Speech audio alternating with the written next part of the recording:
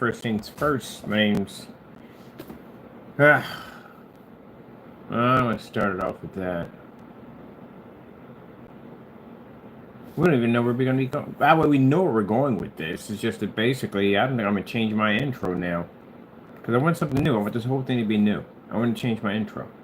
So I got to figure out what my intro is going to be. Because I don't even know what I want to do with my intro now.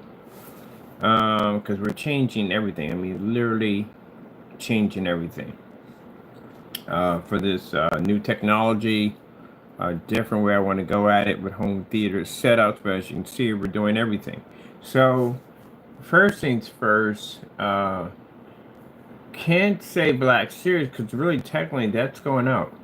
And I can't say Crystal Edge because that's also going out because the new company's going to take over all that. So, let's just discuss what this technology is designed to do. If you saw in the previous demonstration, it's designed to absorb a dramatically ton of ambient light.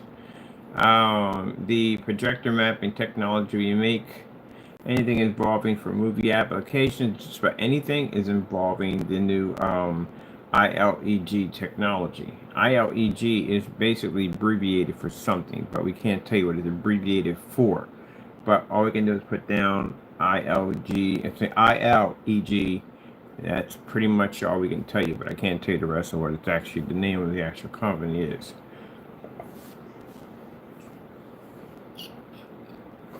All right. Okay, I've been up here basically knocking out this page. It's a big page. I had no idea we loaded that much stuff on page until I figured out we had to go through it and change everything. I had to go through a deep search and go in and basically change out the entire search engine optimizer, which took about good roughly 5 hours to do. So a lot of work, and I'm still working on this page. Actually, right now, as I'm having this conversation, I literally should be working on something. Let me see. So I'm gonna load some of my videos in here. We're talking about that. I think I did this one already. I gotta go back to the beginning. Come on, give me all the way back. All right, let me see. So, okay, so basically, yeah, everything's being changed. Numbers, all that stuff. We don't have the 800 number anymore because I got rid of it. I didn't feel the need to have the 800 number due to the fact that, you know, after a while, I take kind of a survey to see exactly if we are needing this stuff to begin with. If we're needing it, if it's a waste of money. It's one of the things you do with a business. You go back and you go check about a month, 2 months, 3 months. What is selling, what's not selling. Go through your inventory. Whatever's not selling, get rid of it. Whatever it is selling, keep it. So basically, the 800 number works. But the problem with the 800, it's not a problem with it. It works well. The company worked well with it. But we need a more security, more line security setup for what we're doing. And a 800 number, which I really don't need anymore, we're just going to use it through our email accounts where customers can reach us through email, reach back out to them. But as for my, oh, I got a headache here. As for my 800 number, we don't need anymore. And so I'm changing everything over, changing my entire platform completely. So the 800 number is gone, and we're going to be working on basically, I have 2 phone numbers. One, I can reach out to my customers online. It's an encrypted number, by the way, so that we don't have to worry about any headaches, any hassles, any people have weird problems because they're a little bit jealous of our work. I actually say a lot jealous of our work. Okay, so with that being said, that's already taken care of. As for my business cards are going to have my company's information on it, but that's for offline only. We never do business online with that information at all, period. Videos that I'm uploading right now, these are videos that are being done for the website. Everything is being posted to the site. Let me see. That's a promo demonstration. I know that. This is projector mapping. Yes, sir, projector mapping.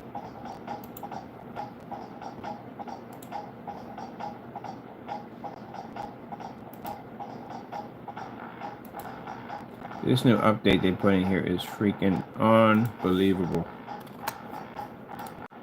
Are popping up here. My search engine optimizer on this machine is beast. Cause I did it. It was a pain in the butt, but I did it. They're headaches. I do not. This is freaking none of it's the Wix freaking search engine optimizer application is a freaking nightmare to go through. But if you get it at 100%, any video you drop in there will pop up on every single search engine you could possibly, even overseas. You will run overseas with no problem. And what a lot of people don't know how to do, when it comes, let's say a lot of people, but some people are not aware of, is that you have to do something called a domain name application. But you're going to have to be able to go in and assign your domain name to different forms of applications on different search engines. So that's how you tweak your search engine optimizer. So if you don't know how to do that, then just what? You can run a web page all you want. You won't get any traffic at all, period. And the reason why you won't receive any traffic, because you don't know how to basically set up a search engine optimizer application through a browser. You have to know how to run it. You have to even know where to go at, to tell you the truth. So every browser, Yahoo, Bing, whatever, there's an application there, an admin that allows you to go in and basically submit your domain name to their to their browser, which allows anybody who types in certain keywords to pop up. That's why if we post something, you pop up everywhere, because again, that's how we have it set up. All right, let me see. We did this one already. This one's done. Are we just hitting back to this, or we just, because this is supposed to be, yeah, I want to get all the ones we did. So let's put you in there again. ILEG. And you got people trying to figure out what ILEG stands for. Well, you'll never figure it out, because guess what? That's why we did it that way. Until the rest of our documents come back. We can display the name, but no one knows what it means. There's a meaning behind that name. All right, this one is, say goodbye to the promo demonstrations. Did we do this one? Pretty sure we did that one. One of these, okay, I'm getting this one right here. Contract wise, we're all set up. I'm just basically going over odds and ends, everything set up. For Cardboard PC Kingdom, you're gonna have to go over to our whatchamacallit, we got a YouTube channel on the Cardboard PC Kingdom, and that's when we're doing all my builds at from now on, because I'm actually gonna be building something out of that. So any of these PCs, anything we work on, anything we design, no longer here. Everything's gonna be on that channel and that channel only. As for comments have been completely removed. It's pointless. And I see a lot of YouTubers now getting rid of the comment section because, you know, again, people don't know how to act right. There was a guy who does this YouTube channel with him and his kids, and they go out and they do all this camping and stuff, and it's pretty cool to watch.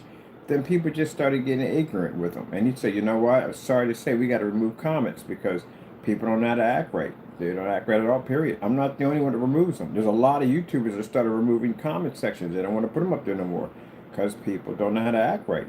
You got some people who do not act right. You know, ever notice why YouTube took out the hate button altogether? That is literally how many haters sit on YouTube, which is sad but true, because they removed the hate button. There used to be an option if you dislike the video, it would show the number of how many people dislike the video. But you have people in here that are just jealous for no reason, just hating people's stuff for the sake of just hating them because they're bitter. That's kind of sad. But anyway, I'm glad they removed it, because you got people out here who do not know how to act right. But that's why we got rid of the comment section, removed it, because again, on top of that, just proving people wrong on so many levels is just, it's hilarious. But someone just come in and ask and say, why do you guys call yourselves the specializing in ambient projection technology? I can't explain this enough. I'm getting tired of saying it.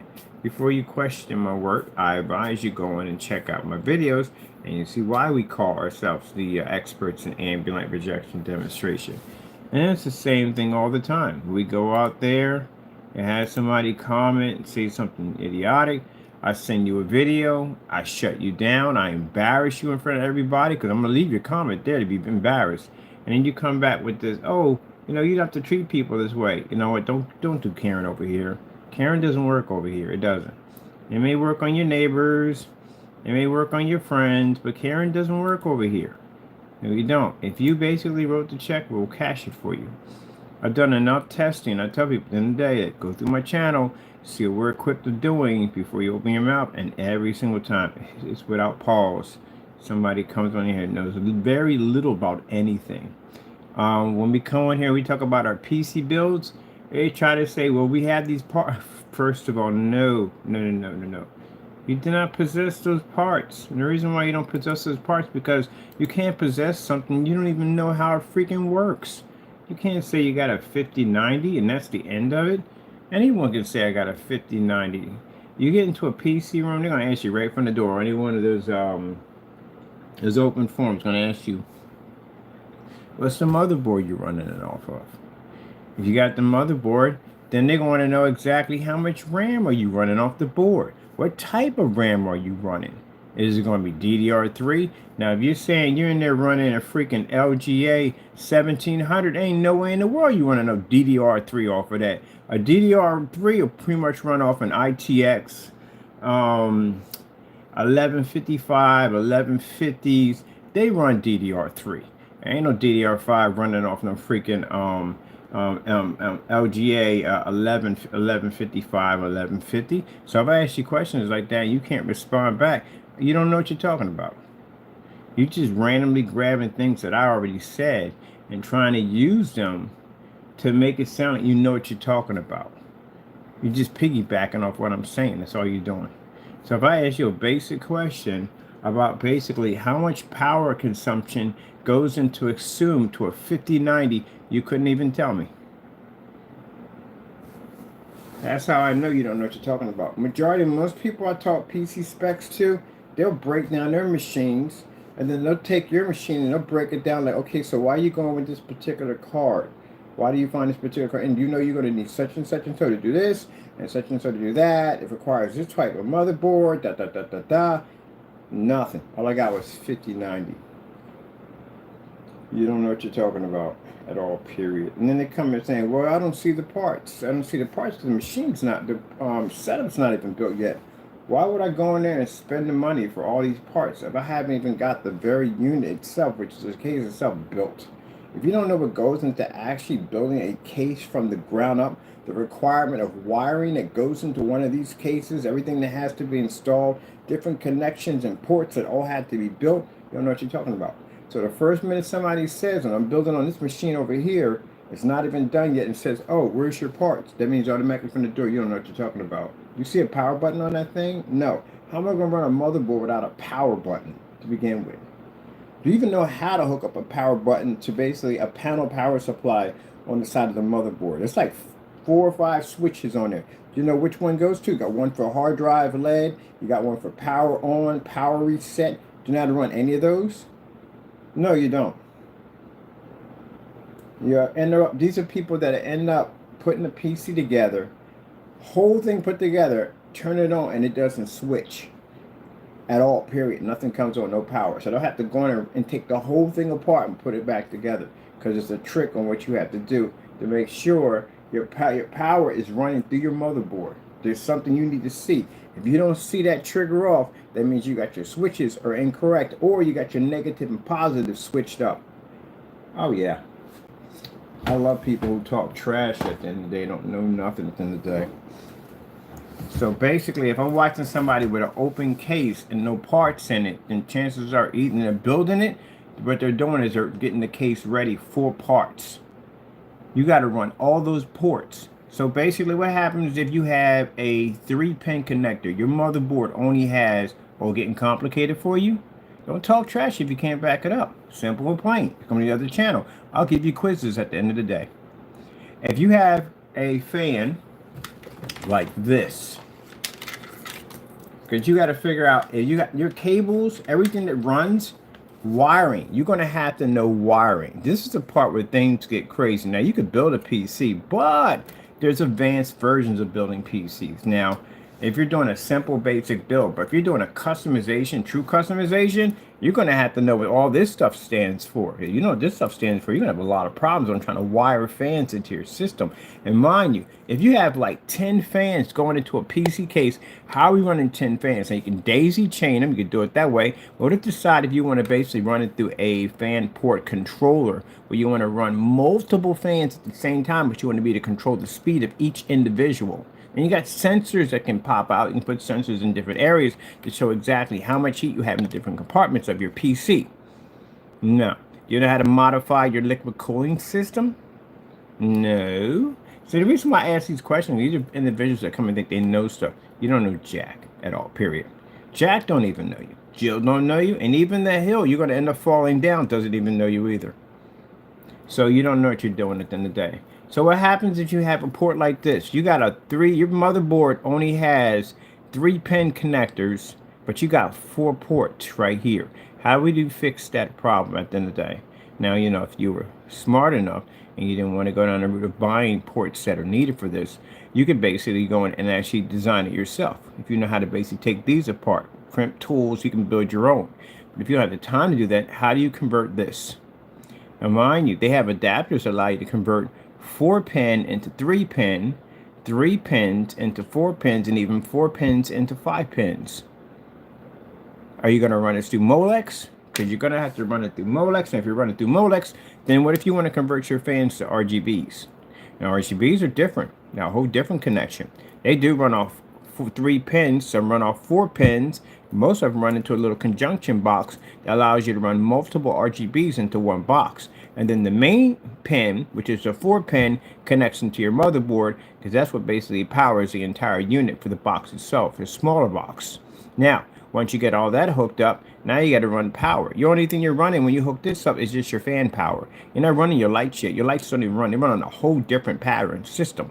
So the light system that you're going to have to run off is going to have to be something running through some form of power, whether you're going to use Molex or SATA. Now, see, SATA is flat. Molex has the 4 little adapters on the other end, like 4 little pins on the other end, and then you got SATA. Do I lose you in this conversation? I love that. That's the reason why I sit there and I have that little conversation right there. We know they're in the room, but when I start speaking this stuff, it's another language for them. They don't understand what I'm talking about. And this is why don't come into my channel claiming and think you know something when you actually don't. You know, I have people come in here and they'll talk and explain with chat about this, that, and the other. That's cool. I like speaking to another PC builder side to side, you know, talking to them about stuff they're putting together and building. That's pretty cool. But when you got people in there that are faking it, like they know stuff and they don't know stuff, it's one thing if you're coming in to learn new things. That's nice enough. I got no problem with helping you out. Maybe I'll learn something new from you. But if you're coming in and acting like you know everything, you don't know Jack. We can tell you don't know Jack at all, period. So keep in mind that when it comes down to these particular builds, usually if you're building a regular PC case and all, you're going to have all your wires, everything there for you to hook everything up. But when you're doing a customized build, where you're doing the entire case, you're building the whole case, you will be applying all the wires. You'll be hooking up all USB hookups, freaking audio ports. You're going to hook all that up yourself. You're building the thing from the ground up. So if you don't see on the side, there's no conjunction box on the side that has any ports for USB or audio ports or any of that. PC's not even built yet. The wire job is not even done yet. So when someone sits there and says, where are your parts? That lets me know at the end of the day, you don't know what you're talking about. But anyway, for those you're wondering about, basically, if you're going to be doing something like this build over here, which has the, spill that on the ground, which has the, whatchamacallit, ports on it, that is for, hold on a minute, that is for RGB hookups. That's an RGB hookup. So when you get a what's the word for it? When you get a I'm trying to think of the name for it.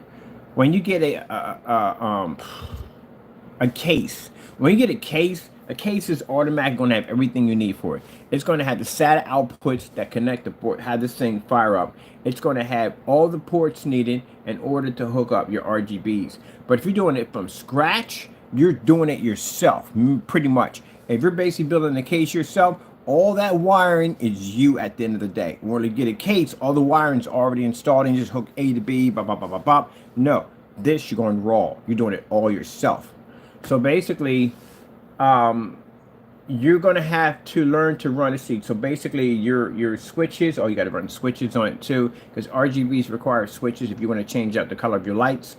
If not, it's just going to keep doing the same colors over and over again. And there's no point in having to do the same colors when I have so many options to change out the lights of so many things you want.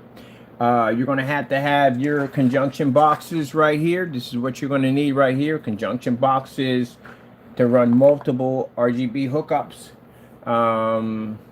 We have 3 fans that run on here. Now, if I were to ask somebody, where's the 3 fans at right now? There are 3 fans that run on this system. You see one here, you see one here. It's not that one. Where's the other one? It's a liquid cooling system. Where are the 3 fans at? The 3 fans are liquid cooling system. It's right there. That's where your other fan is at. There's a fan in there that basically fluctuate the water, push the water, the cooling system through these little tubes you have right here that go through this radiator system right here. These fans on here to make the system look pretty. The fans cool down that radiator system, that ices down that water to keep pushing it back on top of that copper block right there. That keeps my CPU nice and cool.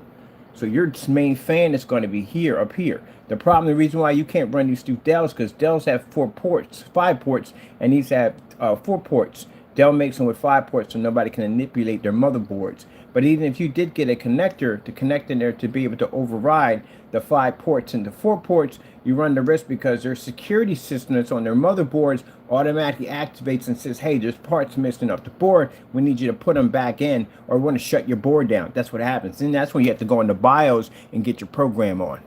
You have to reprogram it to make it think the parts are there, but the parts are not there. Or if you can't get around that security nonsense, you're going to have to design some form of jumper cable to make it think that the parts are there, but they're not. You're just rerouting that power someplace else. It's get complicated for you, didn't it? I told you building the PC was easy, but the easy part is putting it together. But if you want to go into the madness of it all, breaking it all down and really restructuring it, it takes some time to learn that part. That takes time to learn how to do that. How to manipulate your machine to get it to do what you want it to do.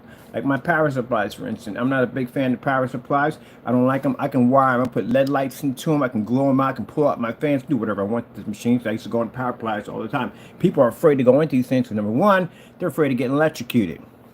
Yeah, you can get electrocuted, but you have to know what you're doing in there. Now, you got 3 fans on here. You're running RGBs. RGBs are different from Molex because RGBs, SATA drives. So here, the SATA, the flat boys. These are what you're going to need to power your lights. Now, say basically you don't have enough SATA output. You can get adapters to convert a Molex to a Saturn, a SATA, or a SATA to Molex back and forth. You get all adapters for that, or you could build your own. Before they came up with the Y splitters for ATX extenders, you had to build and make your own ATX Y adapters. That's how I was able to run 2 power supplies into 1 motherboard. That's pretty interesting too. I don't have to do it anymore. Again, I don't have to do stackable drives anymore either. For the graphic card, I used to put like 3 or 4 graphic cards into 1 motherboard to do it anymore. I have to link all those together, which you don't have to do it anymore either. But anyway, yeah. So there's a number of questions I could ask you. But when someone asks me a question like, how come the parts on the machine? Noob! That's what you just told me what you were. Because again, how in the world would I have parts on the machine if it's not even wired right? So all that wiring that belongs into the machine, as in all the cables and cords, SATA ports, all that stuff, have to be in there before I can run any parts. What am I going to be hooking parts to if I don't have wires in there to begin with to run the parts through? Why is my stand off this way? Oh, there we go. So I was showing off the PC, and it wasn't even done yet. It was had a yellowish tone to it. It wasn't even done yet. That was the coat we had to put on it. So basically, the colors would blend with what we're designing. It was in the first stage of build. And we don't even have the parts on here. I'm like, oh my goodness, seriously, Crack a book. There you go. Crack a book. I've been building PCs longer than I've been doing this stuff right here with screen paints. I built everything under the sun. I used to build my own servers at that. Don't tell me about how to build and put machines together in the day.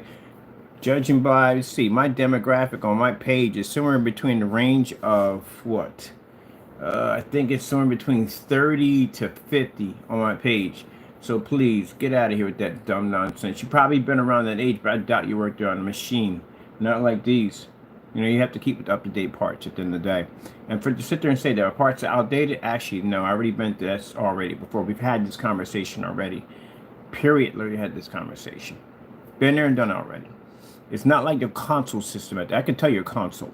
If you're a PC at the end of the day, PC would have understood everything that I would have said and would have came back either choosing a bigger graphic card with specifications attached to it because they build. That's why they know their parts.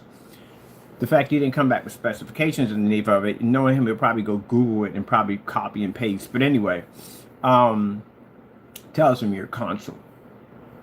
Because the thing about it is, you're not used to building. You don't build when you have console. Period.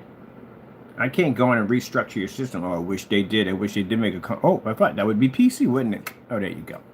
It would be PC. So, again, long story short, your console contacting PC, talking about PC parts that you don't even understand the parts in your machine right now. If I were to break down the parts in your machine and tell you what's in there, you couldn't even tell me what it was. Or what they are. Or even how to modify them. The fact that you still have it in a case is embarrassing. I think you should have been out of here. Any PC builder would have been had that thing out of a case. They had to take that, strip that whole thing apart, took it all apart. So, okay. Yeah, this is pretty cool. Okay, I'm going to rebuild all this. They'd have changed everything in there because they're used to changing their stuff out constantly at will all the time. I guarantee you, anyone you see that has a console system has another one that they actually took apart. I guarantee you. Why not?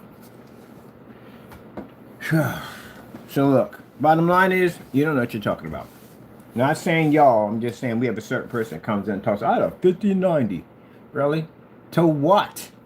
What's your 50? You just got a single graphic card, you got nothing else to it? Where's your motherboard at? CPU, anything? What's the liquid cooling system you're using for that? You got types of liquid cooling system using a single 120?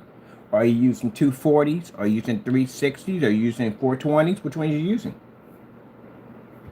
Can you tell me what's the difference between those liquid cooling systems? What's the difference between a 240 and a 360?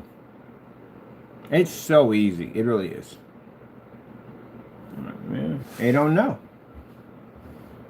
He probably says, one has light. They all have lights. What's the difference? You got some that are single. Some have RGBs connected to them. What's the difference between a 340, a 360, and a 240?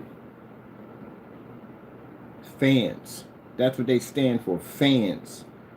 If you look at a 360, it's 300, it's 3 120s. The 320s would be 360. A 360 would means that your radiator system has 3 120s on it. The 240s only have 2, which makes that 240.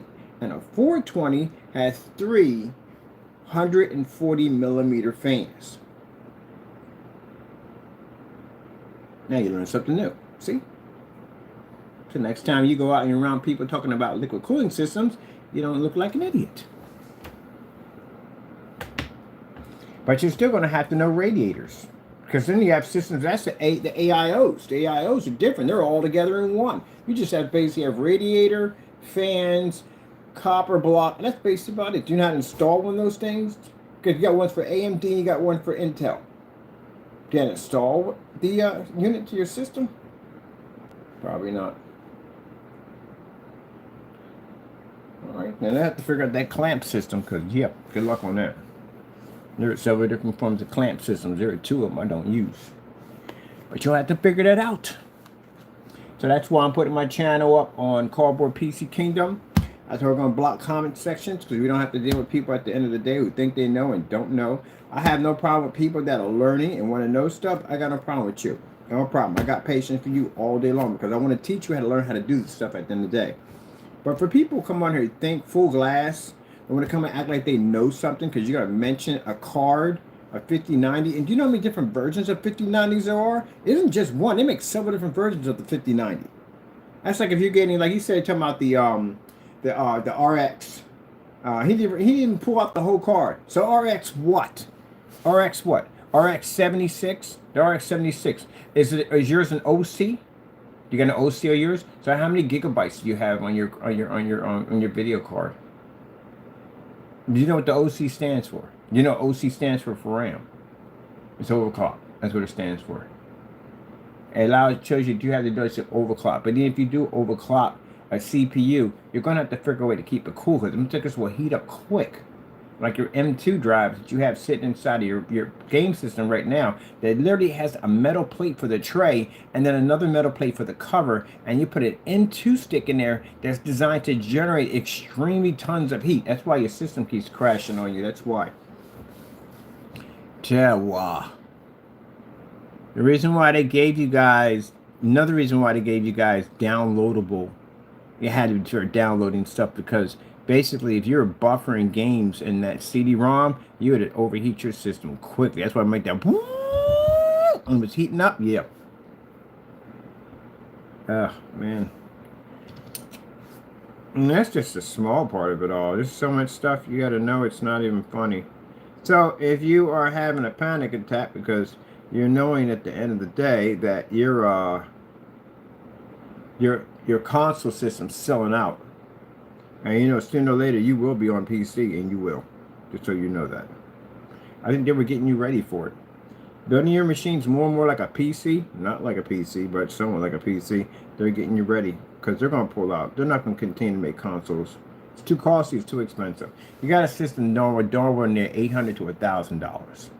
And the console game is already flipping out about that because you're not used to spending that kind of money. If you build PCs, you're used to spending that kind of money. It can become an expensive hobby. It really can. So you're used to it. That's like the equivalence of somebody spending for an oil job for their Honda and a person spending an oil job for a Bugatti. Bugatti was, I think, oil change is like $22,000, something over that price. So people are driving that car. For us, that's a sticker shock. That's like, you paid how much for freaking oil change? For that's nothing. That's nothing. That's nothing to them because they're used to that.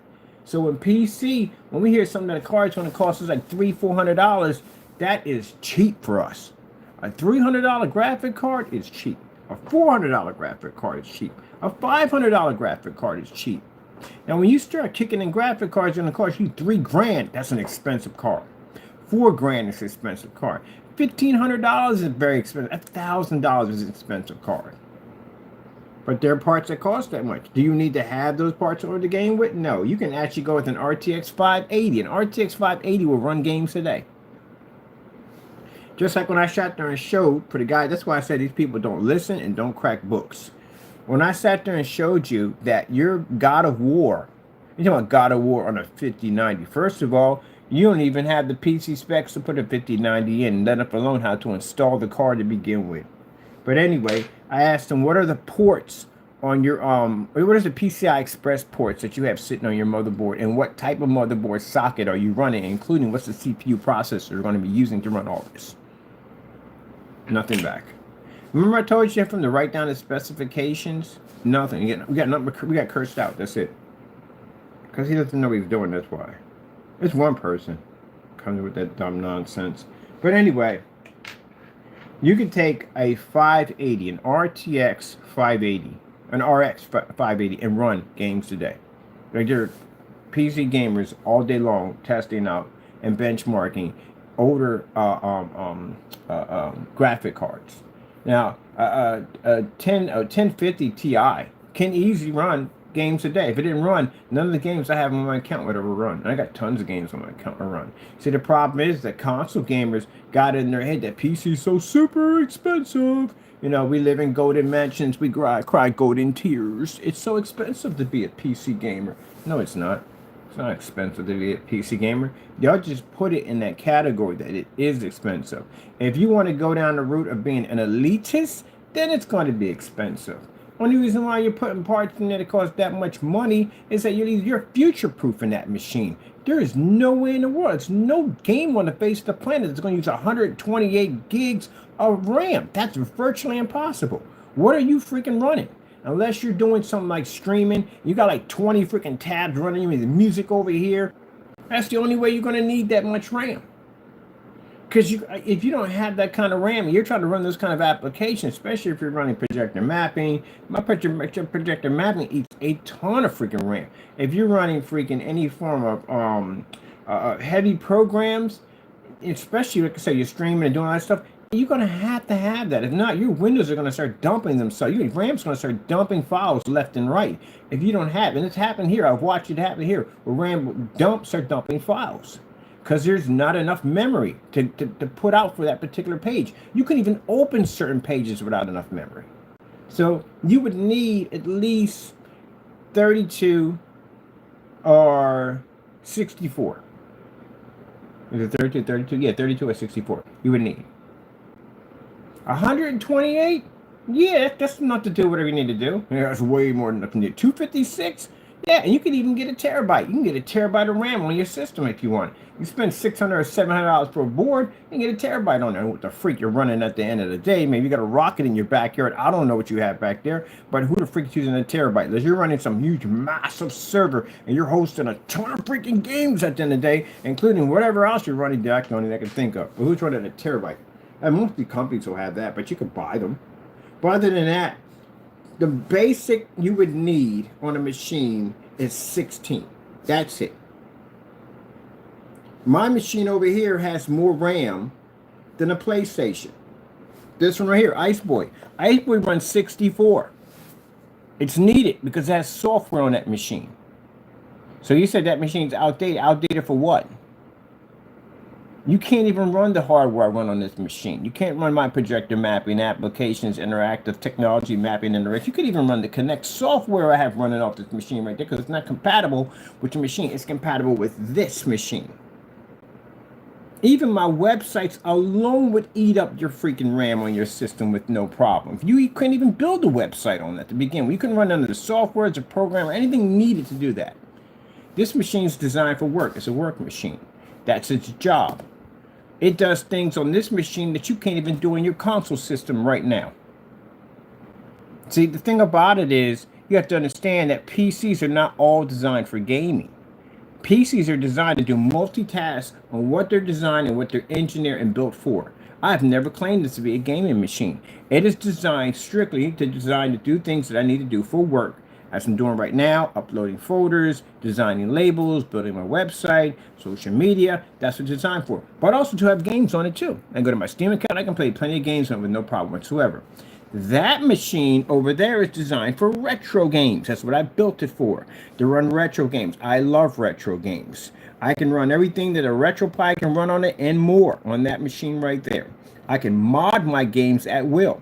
If I want to play Teenage Mutant Ninja Turtles, I can mod it where all the turtles look like dogs or cats or chickens or whatever the freak I want on that machine over there. It can run VR, which means all I have to do is take out the 1050, which you can't do on your machine. You can't pull your graphic cards. We can take this out and put this in for a 3050. A 3050 will allow me to run your hardware at the end of the day. Yeah, that whole big graphic card you got sitting on your system, a 3050 at $179 will run your glasses, will run your control. I can run your controls on any of these machines. It'll make a difference. It'll run all that. But your VR glasses, yeah, will run on a 3050 with no problem in all your games. God of War, which I find interesting, runs on your system on this. You need this. You think you need this high-powered graphic card to run that. No, you do not need that to run that at all, period.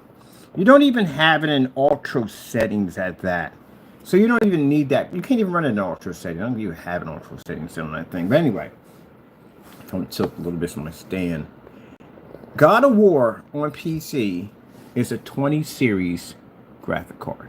I said 20. You know how low 20s are? These are 10s, right?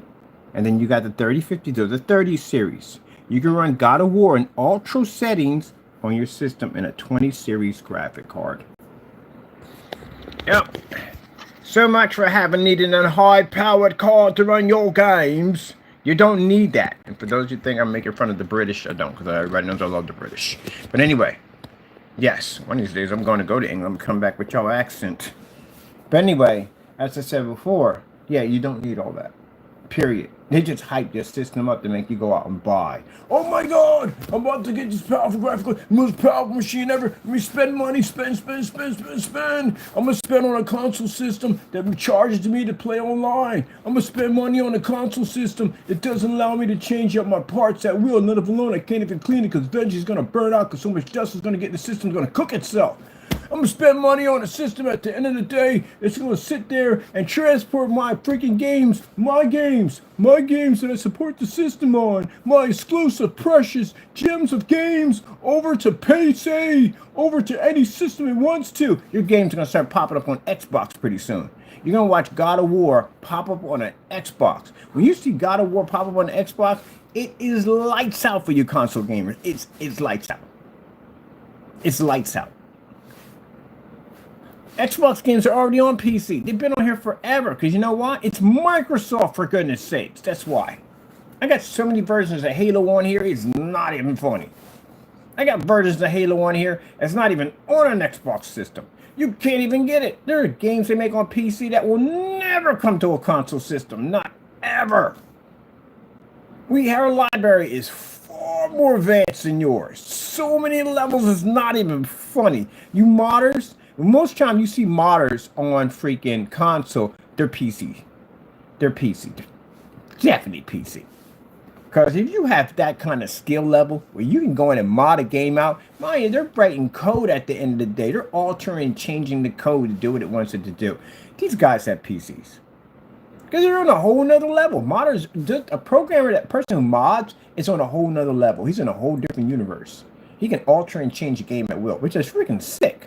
But the thing about it is, these guys definitely have PC. Sometimes they like to take their skills from PC and bring it down to you guys on console and go, "Ooh, look what I can do."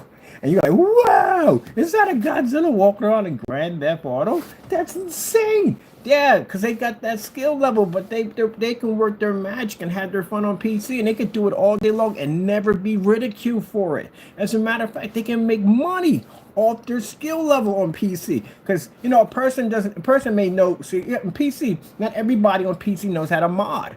And you have people who like what they do, like, wow, man, how much would you sell that mod for? And they can make money because people will pay for that. As a matter of fact, I got a job position for some modders pretty soon coming up for our company because we got some things we want to do involving modders that allow other people who don't know how to mod to experience their skill level, and they can get paid for it. They'll market their modding skills to other people at the end of the day who want to be able to do that and want to be able to play around with those mods but can't. So yeah, I got some things for the modders. I got a bunch of modders on my list, people who mod. But anyway, it's just, that's why they come on console, to blow your mind. Because on PC, you know, we see modders do, it has to be something really, really, really super crazy for us to go, huh, that's interesting. Never seen that one done before. But they get to really flex when they come to console, because they could do stuff on there you've never seen. Like Burnout Paradise. All the cars are like shopping carts. You ever watch drive a shopping cart with booster on it? It's the funniest thing you ever seen in your entire life.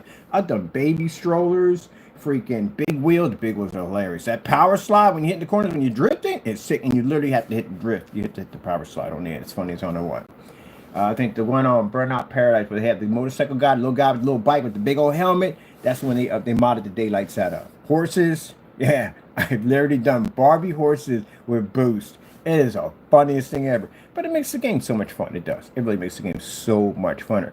But, you know, freaking console frowns upon that. You know, they don't want you doing that, and touching this and touching that. You know, can't go in there and do this and do that.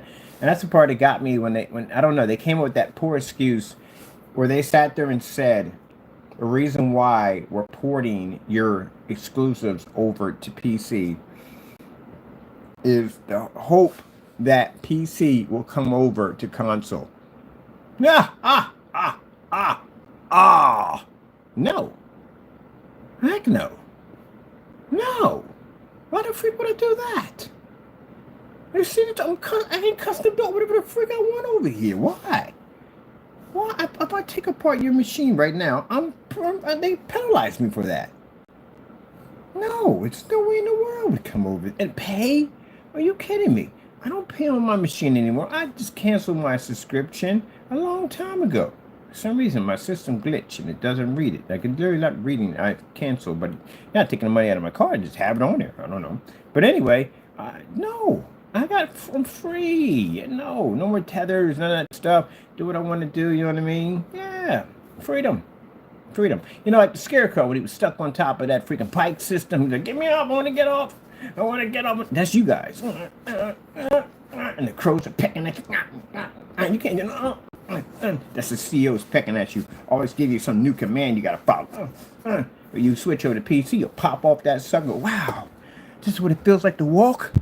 I can go anywhere I want. You can go down that road. You can go down this road, anywhere you want. Anywhere you want. You don't have that option. That's what I hated about console. The only thing that kept me to console and the reason why I dealt with console was your exclusive games. You don't have them anymore. So why would I even bother to go near your system at all? Period. Got more controllers. You see our controllers for PC? Have you seen the driving sticks they have for PC? My goodness. Really? Like, it's like literally insanely accurate on some. They even got ones for tractor trailers, anything you could think of. Yeah, you got one if you want to drive a boat. They have them for boats. I even seen one with a freaking with the huge. I forgot what it's called. I call it a steering wheel, but you know what I'm talking about. Just like for boats, you can get anything you want for a PC. Yeah. That's basically about it. But you go ahead and stick to your console system. What's going to happen is sooner or later you're going to go third party. I've seen third party, how it activates and how it works. And what's going to happen is they're going to basically give you that excuse that, yeah, we're just going to keep on putting our stuff out there. They've been doing it since 2020, put our stuff out there. And then you're going to see less and less people online to play because more people are going to be swinging toward PC. Because again, you don't have to build all the crazy stuff that I do. You just go and buy yourself a PC for like $500. Isn't that cheaper than your system? Yeah, it is, isn't it? You know, the cool thing about it is you can go on Steam and you can play a bunch of free games. I'm amazing. I think it's some really good games. That Disney game I drive around in, that's free. I don't pay for that. And you don't start off with like some really crappy stuff at the end of the day and you got to pay money to get better stuff. No, I actually haven't paid anything on that game yet. And I beat just about every game on there. I beat people who actually paid for stuff on there. It's all about skill level on there. So, yeah. I had to pay for anything. So imagine you get a PC for like $400 to $500. You just pay for your internet connection. You don't pay for any subscription costs or none of that, or no gold package, silver package, bronze package nonsense. You can download a ton of free games, as much as you want, even online games. A ton of online games. You know, online games, a lot of those. Yeah, you can start your library up with 30 games.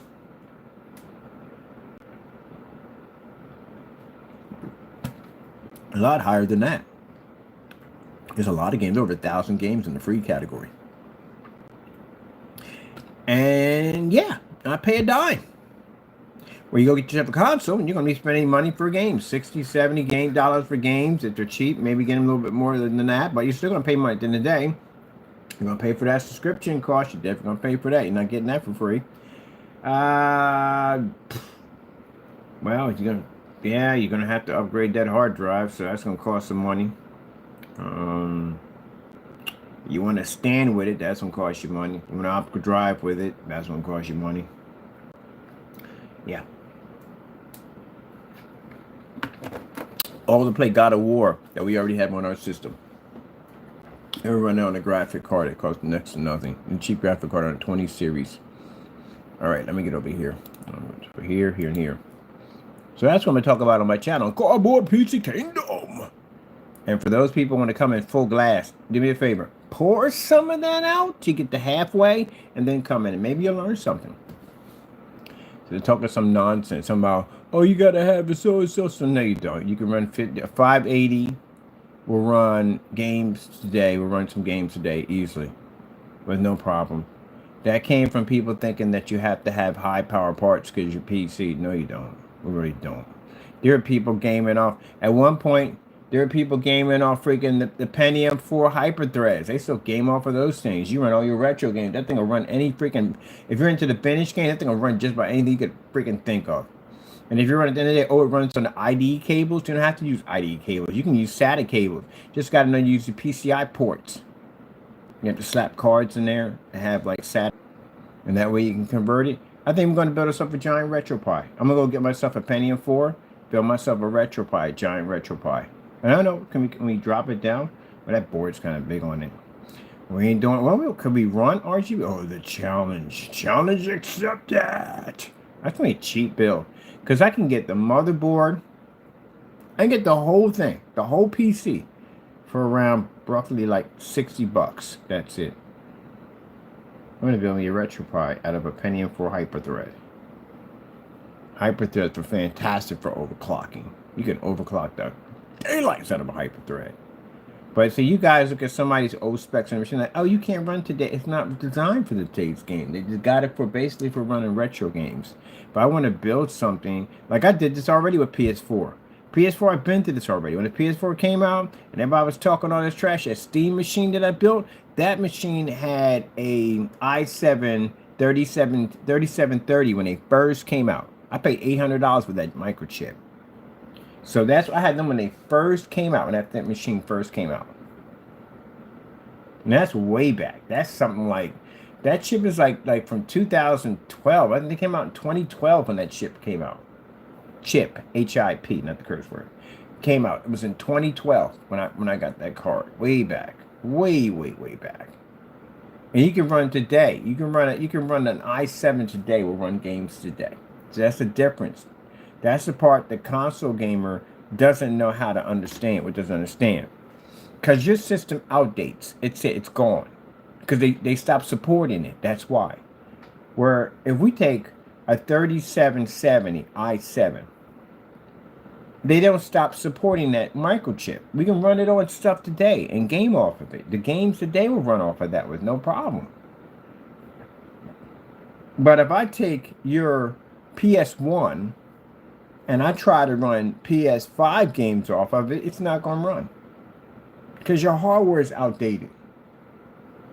So that means because your hardware outdates so fast, that means you literally are looking at extinction when it comes to your console systems, because you have to keep rebuying on a whole entire system to upgrade. You don't see that part, do you? I saw that a long time ago. It started clicking in. If I want to upgrade, say I want to upgrade this PC, right? I want to futurize it. The only thing I have to spend for is a board. That's it. You get a good board, your system's futurized. This is an ITX motherboard for the person who didn't know about motherboards. That's not a Dell. It's an ITX motherboard, which means I have the M2 slots, everything on here, and the highest I can run on here is a i7 at a 3970. I can run that on here with no problem whatsoever. It's 1155 board. It has a PCI Express 16.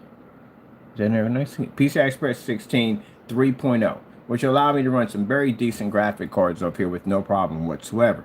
So with that being said, with having DDR3, because this has to say this is a much this board will run a DDR3, but if you want to go to different gens like 13 gen or 14 gen and up, you're going to have a board that's going to be 1700 to run those particular boards. So with that being said, this one will run an i7 and an i7 all the way up to a 3970, which I can actually get up to, which is quite a decent microchip for running games today. Anyway, with that being said, those are all older parts. A 4970 is an older part for an i7. It's an older part, but will run games today. Where if I want to replace something on here, all I have to do is make sure I have a much newer board, which I have here. I can pull whatever I want to upgrade something. Say if a game I have requires a 3050, right? All I would have to do is pull that out, put a 3050 in, and update it. That's it. Say if the game requires a little bit more RAM, I only have 8 on here. I can actually put on here 64, 32, if I want to, or 16 on here if I want. So this is all upgradable for me. But if you have a console system, you're screwed. And I'll tell you why you're screwed. Because basically, you had to replace the entire machine in order to basically upgrade to a new machine. Every year, every time they bring out a new machine, you literally have to buy a whole entire system all over again. And this goes on for sometimes, and the whole era of that particular system, you'll turn around and spend money for 4 different systems. In this era, they did something completely different. They built an entire new system behind a next gen system and made the next gen system a standard. That's what you're at the mercy of. You literally have to buy a whole new system. So when I look at my console collection, I'm like, gee whiz, I have bought multiple systems of the same system, almost the same system, because they're going to do is put special parts and they may upgrade this to a different part, but you still got the same graphic card in the other system. You still got a motherboard in the other system. You still got a GPU, got CPU, you got RAM in the other system. But the thing about it is none of that is compatible with that. Where I can go back to 2012 and I can pull parts and put it into this machine over here. You can't do that. You literally have to replace the entire system. And because of the digital download, now everything is backwards compatibility. But the funny thing about it is, your backwards compatibility to us too. We can run your games, all your games. Which means because of digital, that's going to be the reason. That's going to be the hurting point for you guys, is because that means that people who develop your games can also too develop for us. Because there's no format issue. There's no freaking, it has to be on a CD-ROM or whatever. It's no format. It doesn't exist. There's special format for cartridges. There were special formats for CD. There were special formats. Even the GameCube had a DVI disc on it, a little small disc on it, digital video disc they had on it. So basically now you don't have it anymore. You have all digital. And because you have digital, expect for your exclusive consoles to end up on PC now. And that's what's happening right now. So technically, you're going to convert back and do this. Because what's the point of you buying a console? You're going to buy a PS6. Say the PS6 comes out, right? The PS6 comes out. Your exclusive games are on PC, right? And you're going to pay for money for a PS6 when you already paid for a PS5 or a PS5 Pro. So you're pretty much going to buy the entire system all over again. For me, if they bring an update game and I can't play it, right, I just go out and just pull that out. That's it. My graphic card, or maybe I have to pull my CPU. That's basically about it. But whatever's on it, not much, I can just change it out. Well, good luck with all that. Rebuying your console systems over and over again. Looking at your collection of paperweights in the back, because that's what I have. I have a collection of paperweight consoles that I don't really bother with or play at the end of the day. Because, I mean, really roughly, you can go back and go play the old games from back in the day. They're just sitting back there collecting dust. Maybe once in a while I might go back and play it, you know what I mean? But you don't play it like you used to play it anymore, because the whole new system that came out, you have no real interest in that right there at all, right? So it just sits back there and collects dust. But one day, get a calculator, add up how much money you spent for the entire library and all the money you spent for the controllers and the online subscription. You can't forget that. But add all in there and find out how much money you paid for. You literally bought a house. You bought a house. Where somebody goes out and they're spending money and future-proof their machine will be around for 10 years while you're still dumping and buying systems over and over again. I learned that a long time ago. The only reason why I bought that PS4 over there, it wasn't for games. It's for the VR system. That's what I bought it for. I bought it for the VR system because at the time it was much cheaper to get a VR system through PlayStation than going out and buying the Oculus or buying the G2 or any one of those VR setups, because they required some very serious cards and you had to rebuild a PC. I didn't have a PC at the time built. I was basically, I think the last machine I had was my veggie oil. My veggie oil case. That's the last machine I had. And then I decided to go into, I wanted to go into VR, but the requirements for parts that I would need, and especially I wasn't going to do it on veggie oil. Not going to happen. Because I wanted to get my graphic card back out of there, but I decided to swap out. Once you put something in veggie oil, it's pretty of a headache, kind of get the components clean back to where they were. But anyway, it was to rebuild a machine all the way up for VR. For that, it would have cost me way too much money, especially for VR. And a PC gaming, no. VR application, different story of technology. So I went with the Sony. Sony had VRs, And I haven't gone near Sony in years. I was an Xbox fan. So this is my chance going back into Sony, and I bought the whole VR system, and I liked it. It was nice. And that's all I played on it. I never went into the store, nothing. I just strapped on my VR glasses, went on YouTube, did some gaming, and that's basically about it. That's basically all I use my VRs for. And then watch movies. They had movies and stuff you can watch in VR. And then later on, one day I decided to go into the game store, and I probably, oh shoot, you can buy all the games online. I didn't even know you could buy all the games online. Because with Steam, I could buy everything online. And I realized, like, wow, they're doing that now? You can buy all your games right here? I have to go to the store anymore? That's freaking hot. So I started buying all my games, and then I started playing my Sony system. But look, you know, it ain't looking too good for y'all. You can sit there at the end of the day and say, yeah, constant. No, it's not looking good for you. Your system literally gave out exclusives.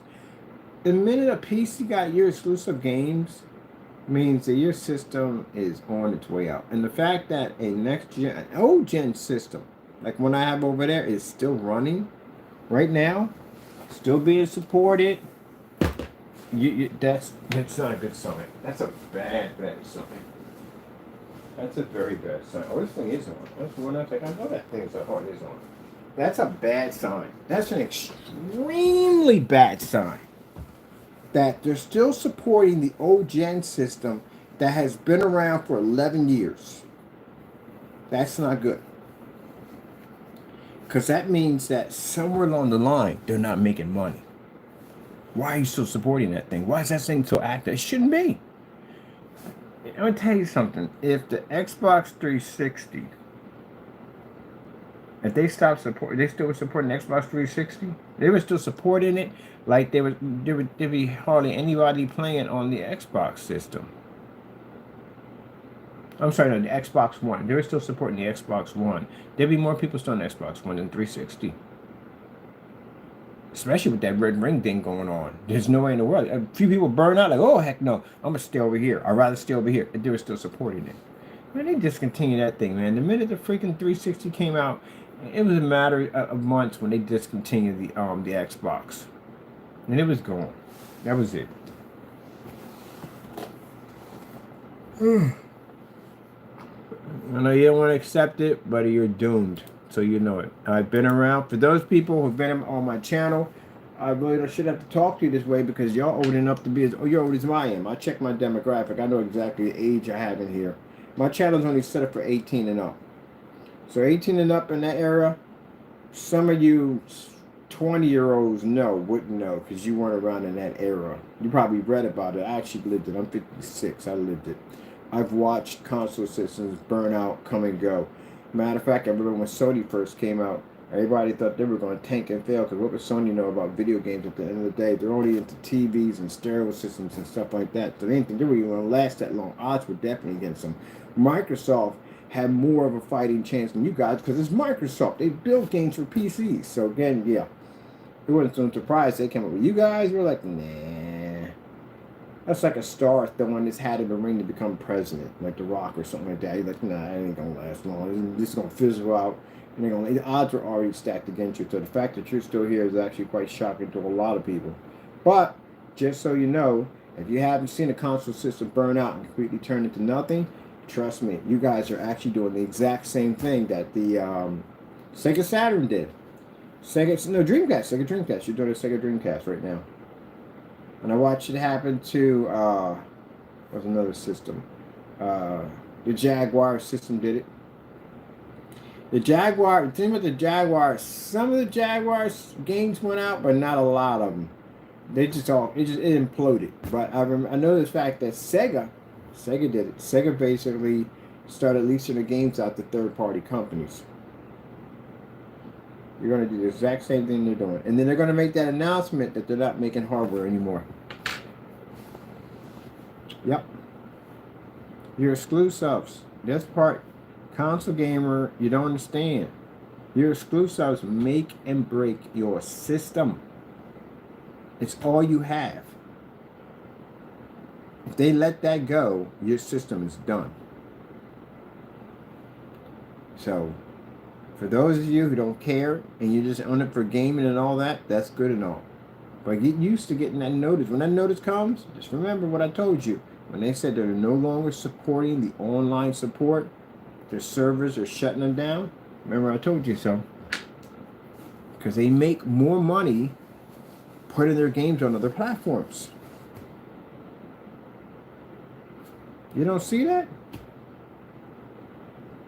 If you got your games on multiple platforms, why in the world would they be worrying about keeping up with support? They're trying to save money. So they're going to cut money left and right. They're going to cut areas, programs left and right. So that whole thing with that whole... We don't need that. Because they'll make their money off other console systems, just like Sega did. They'll make their money off other console systems. That's what they're going to do. And they're going to shut down that whole thing and be done with it. Is this someone on this side? I think it is one on this side. But remember, I'll be in here to say, I told you so. I told you. I told you. Now they're going to make the say they make the PS6, right? And you buy the PS6. What are you buying it for? You buy it because it's cheaper than building a PC? Nah, your system costs more than a PC. Yep, your average bill costs more than a PC. I can get a PC for $500. I did the same thing like I said. When I built my steampunk, I built a server, a gaming server. It cost me $400, $480. And it cost less than your PlayStation 4. And I beat your PlayStation 4. I got the video on YouTube. Your system, a $500 system, $600 system is way better than your console system. And as I showed you in the God of War and different games you have over here, the specifications don't require the parts that you guys have at the end of the day. So again, a lot cheaper. So again, as I said before, the PS6 comes out. What are you buying it for? Powerful parts? You don't have parts the PC has at the end of the day. You can't go in a manipulate machine. You can't take it apart and put it back together. You have no liquid cooling system. They have poor cooling systems on consoles. They burn out all the time. So, yeah, if you thought somebody said that the PlayStation Pro was like $700, almost $800, $900 system, that the PS6 is gonna be cheaper. What dreamland are you freaking coming from? Because no, that system's gonna be more expensive. So if you're tilting almost near almost $1,000, what do you think that thing's gonna cost you? Anything they put on there is gonna tilt the price. That's what's gonna happen. That's why they're investing from the door into porting their games in the other system. So, what do you have to buy a PS6? Why would you buy one? That's the topic right there. What would you need? If your games are already here with us, what would you need it for? I got Hell Drivers. That's another one I bought. I like that game too. I got Hell Drivers on my system. And I play that. I had uploaded a video where I can take my PS2 controller and I can run it through my system over here. And I'm going to pick me up a PlayStation 5 controller. I'm going to Bluetooth it and run it right through my system over here. And I'm going to run your games off of it and pay nothing for no online subscription. You can get your games for discount because the minute you go over Steam, the price drops dramatically. So we don't pay for that kind of money. Just to show you that, no, you need to switch. You're going to have to switch anyway. You don't have a choice either way. Okay, let me see. Is this in here? I did this one here. I'm going to reset this so I put more videos in. I know I put more videos in this thing. There we go.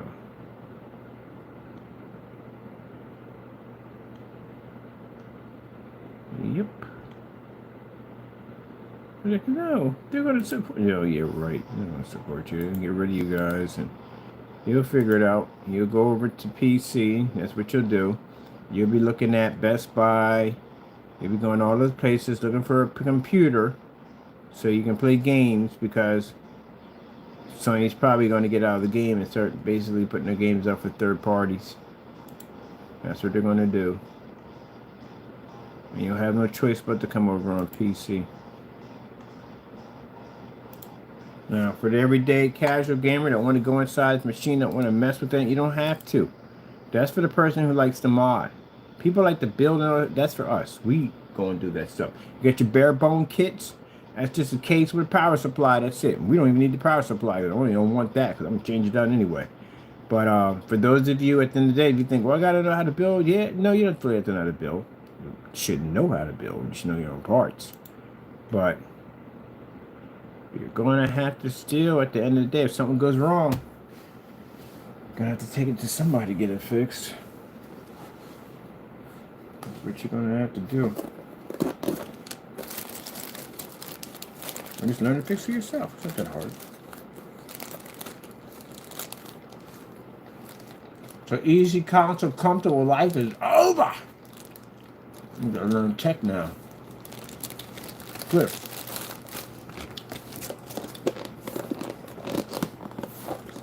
So I think PC at the end of the day, we're such Neanderthals. Now you got to come into our world and you have to learn. Some of you guys are going to have a ball in there.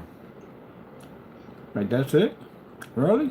Yeah, you had a knack for it the entire time. You just didn't know it. Some of you is going to wake up a lot of skill levels. You're going to realize you had it the whole entire time and didn't know it.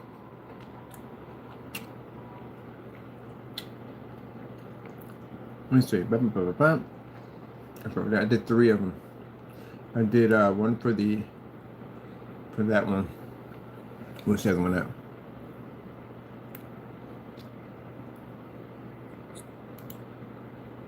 Now, getting back to something that everyone is basically afraid of.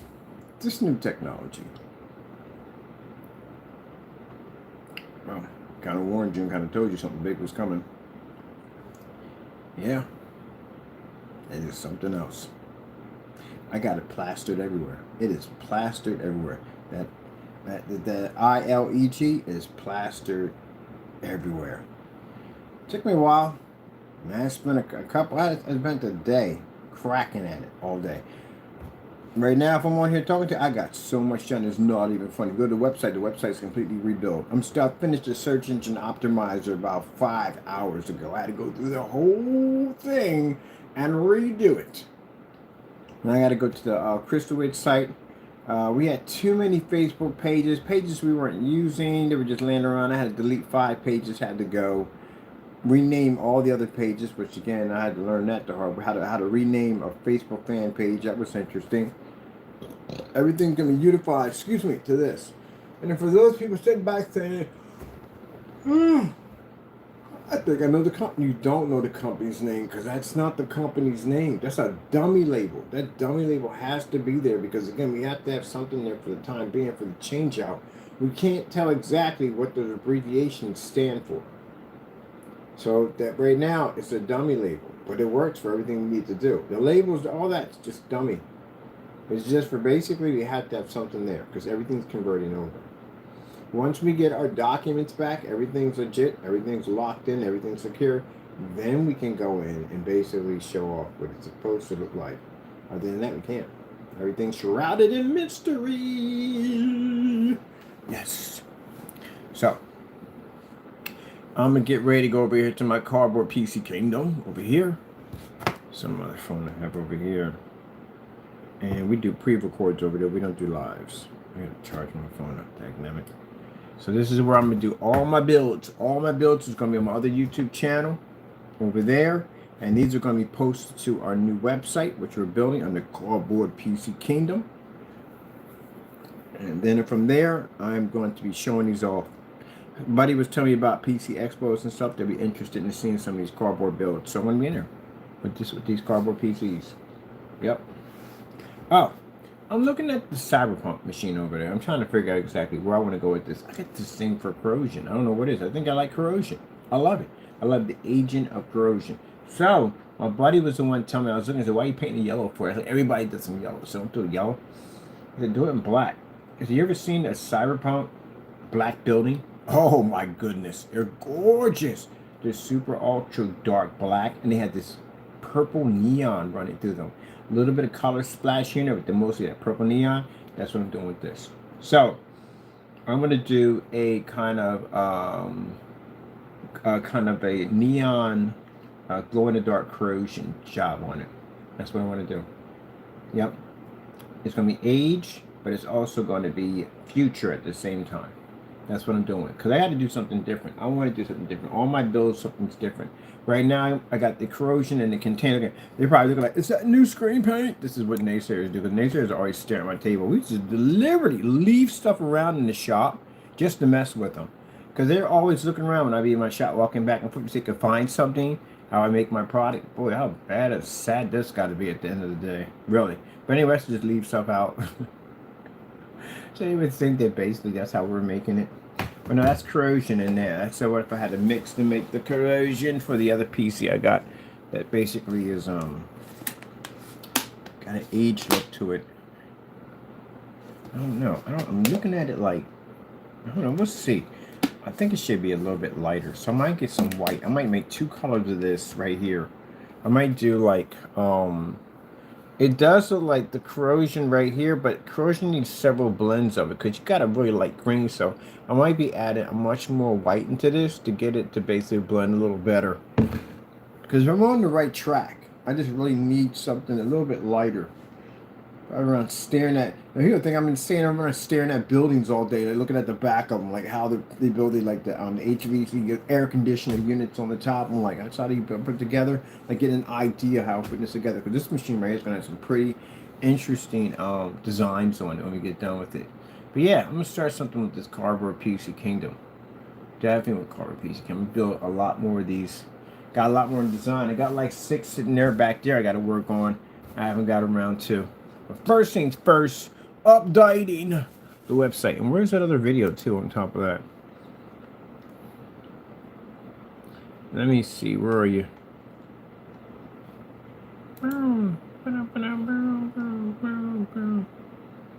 Ugh. Internet. ILED. No. You can't put ILED. It's ILEG. Wrong choice of commands.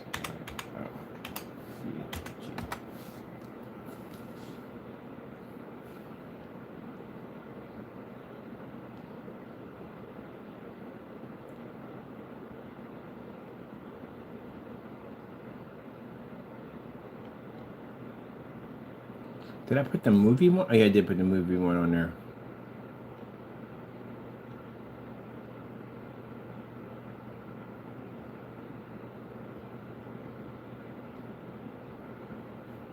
Okay, put down 3D mapping. No, projector mapping. Projector mapping. So that quantum, black quantum star, yeah, it does projector mapping. That's why I said it's not a normal screen paint. Yeah, the thing about it is, if you don't know anything about projector mapping, I don't know how you're going to try to mimic something you don't know anything about projector mapping. Quasars have projector mapping capabilities. So again, how you mimicking something you don't understand the program that goes in basically to making for the quasar to be able to react off. You have to have projector mapping. That's what that thing does.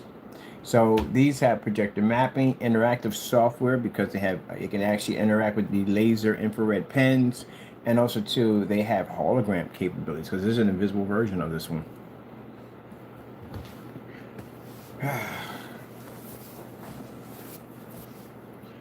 Here's the funny thing about it. This is the funny part. Because we're here.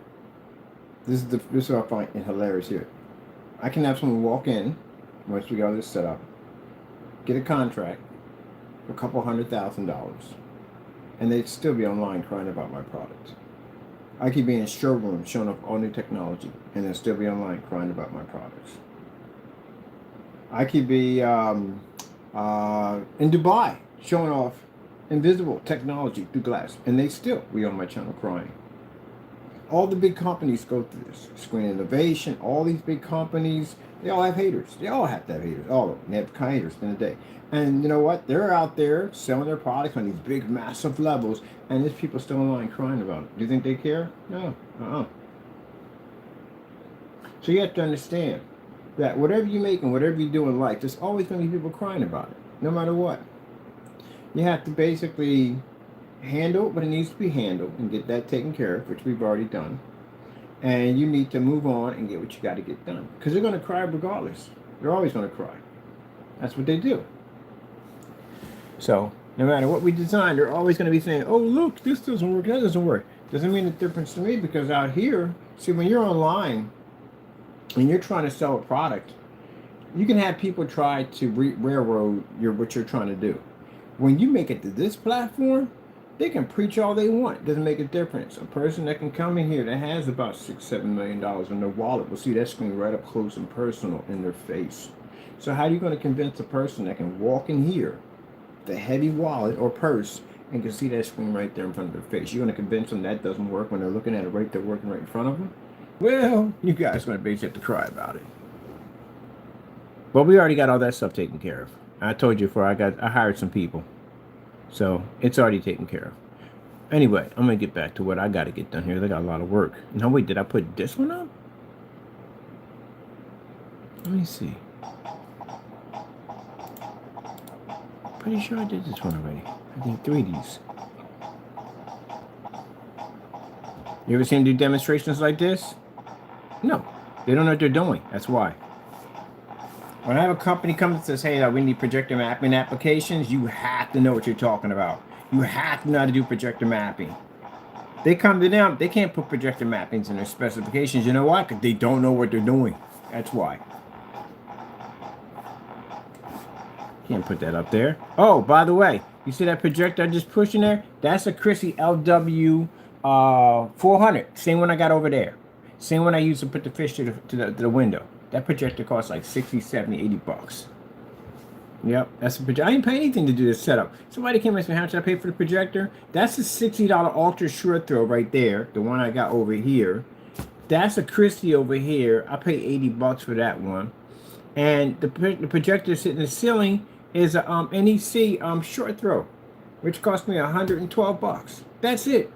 To run all that in there, because that technology can do that at the end of the day. Anybody else can't do it. They can't run. It costs them too much money. It costs them too much money. They got to spend so much money for the projectors to try to get it to work. There you go. See, we run in multiple applications, not just stuck to a wall doing the same boring demonstrations day after day after day.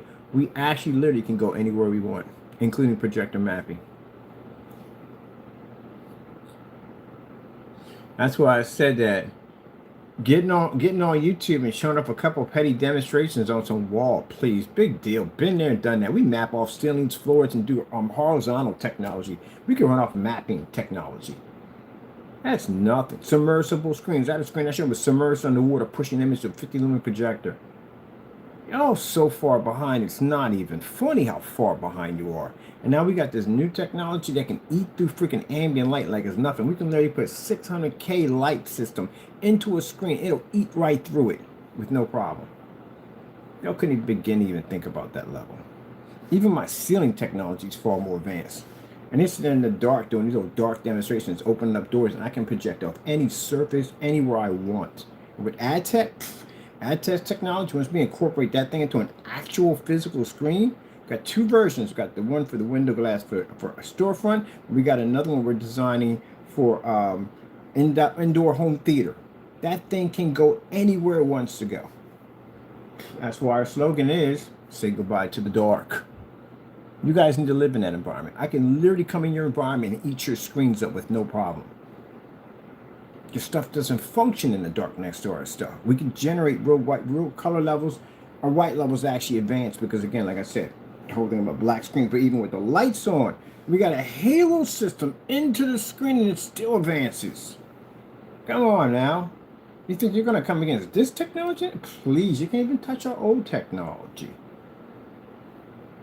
Every forum site that I go to, every show that I go to, everything I'm going to go to, all our screens are going to be built with a 12K. I said 12K system, light system into the screen. Do you have any idea how much publicity that brings up? People can't even turn on normal lights in their environment with their screen washing. Now, we're in commercial when we do this.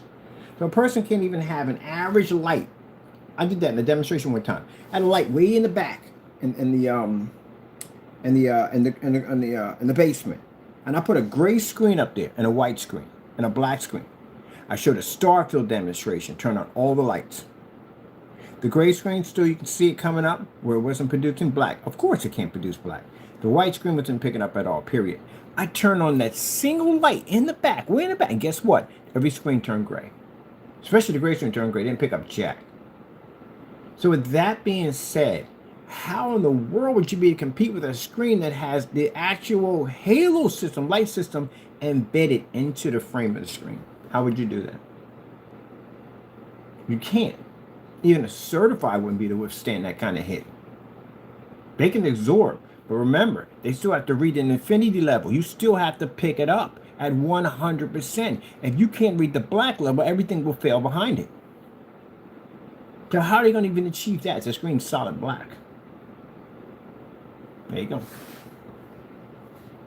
That new technology we have, that's from stuff we've engineered and designed. That thing is the only thing I've ever seen absorb literally that much. I was shocked when I sat there and turned them lights on inside that screen. That thing popped up. I was like, oh shoot, this is completely different. No tannish, no washout, nothing. It just right the screen like nothing.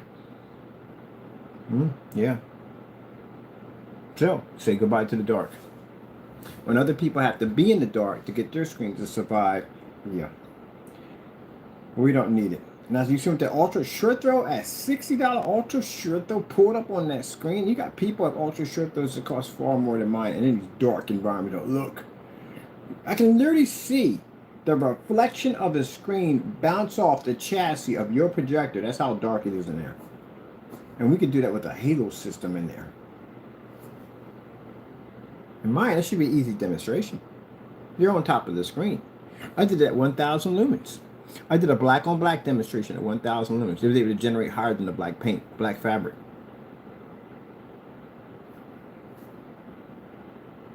So that technology that's embedded in there is unbelievable. And it does more than just the walls. It does just about everything I want. That's why we're building this giant system in here, because this giant system does everything. It does interactive software, which means I can drag and drop images back and forth at will. It has projector mapping capability, which means I can draw on this screen, I can draw over here, I can make something dance over here, make it dance over there. I can do whatever I want in this section. This is what I'm building.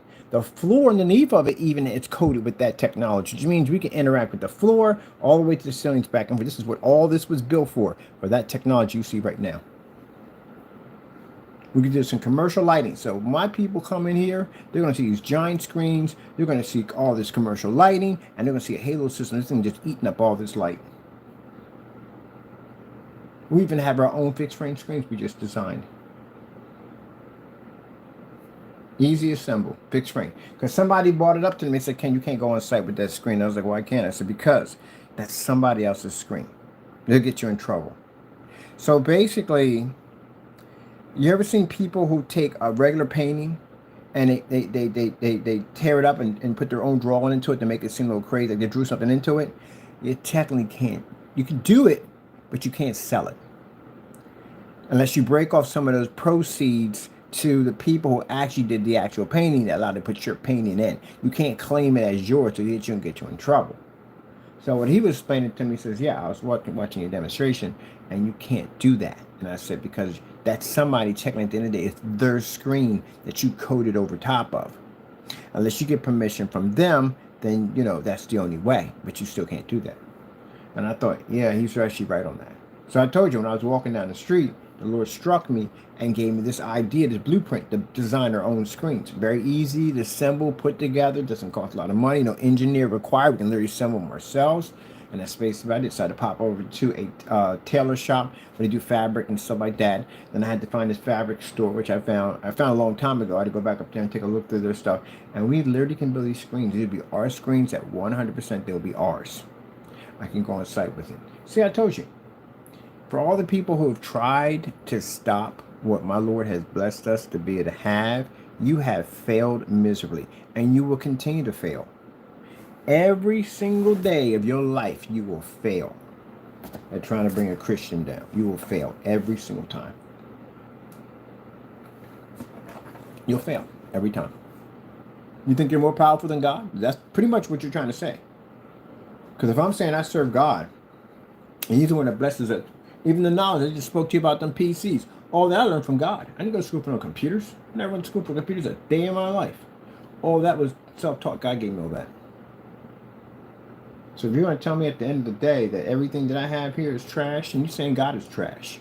If you're sitting there saying that everything I have here is fake and phony, and you say God is fake and phony. Because so far, we're the ones with the new technology. We're the ones with the new company. We're the ones that's rising up to the next level. Where's everybody else at? The ones who served the devil. The one that did his bidding. Where are they at? They're online complaining about us. That's all they can do. We're building a company and they're online complaining about us. And God will allow you to see that. He'll allow you to see his Christians rise to rank. And you can watch everybody else below them that were carrying on and acting up and trying to tear them up. You'll see the position where they're at right now. They're nowhere. Websites don't even work. One of them's website hasn't had activity on for years, haven't been on YouTube to do any demonstrations, and yet nothing. There's nothing to show for it. The other one had to pull his website. Not going anywhere. Can't do anything with it. And yet we're building a whole new company. We're rising in rank. And all you're going to see, this is what you're going to see. I'm going to tell you right now. Before we get them into court, what you're going to see is them complain about everything we do. I guarantee you. They'll sit back and cry about everything we do. And we'll continue to grow. It's been that way since day one. Let me go over here and get, let me see. Did we do this one? I know I did 4 of these. I did 4 of these for that page. This is the one I want to change out. I know I did 4 of these. I had a funny feeling that is the one we did. This one here. Yep, that's it right there. Where's the other one at? I know I did 4 of these. Where's the other one at? Let me see. That's one on the projector mapping. I need something for that section for projector mapping. I'm so happy they let us use the oh, this is it right here. They allow us to use the shorts because, man, shorts make it so much easier. You can split a whole bunch of commercials into one unit. No, that's one right there. I can't be the party screen. This is right here.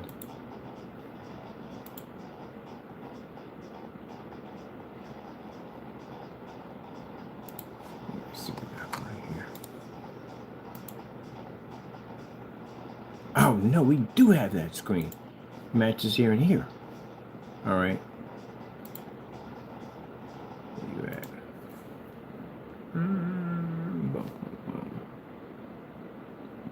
Maybe it's the laptop.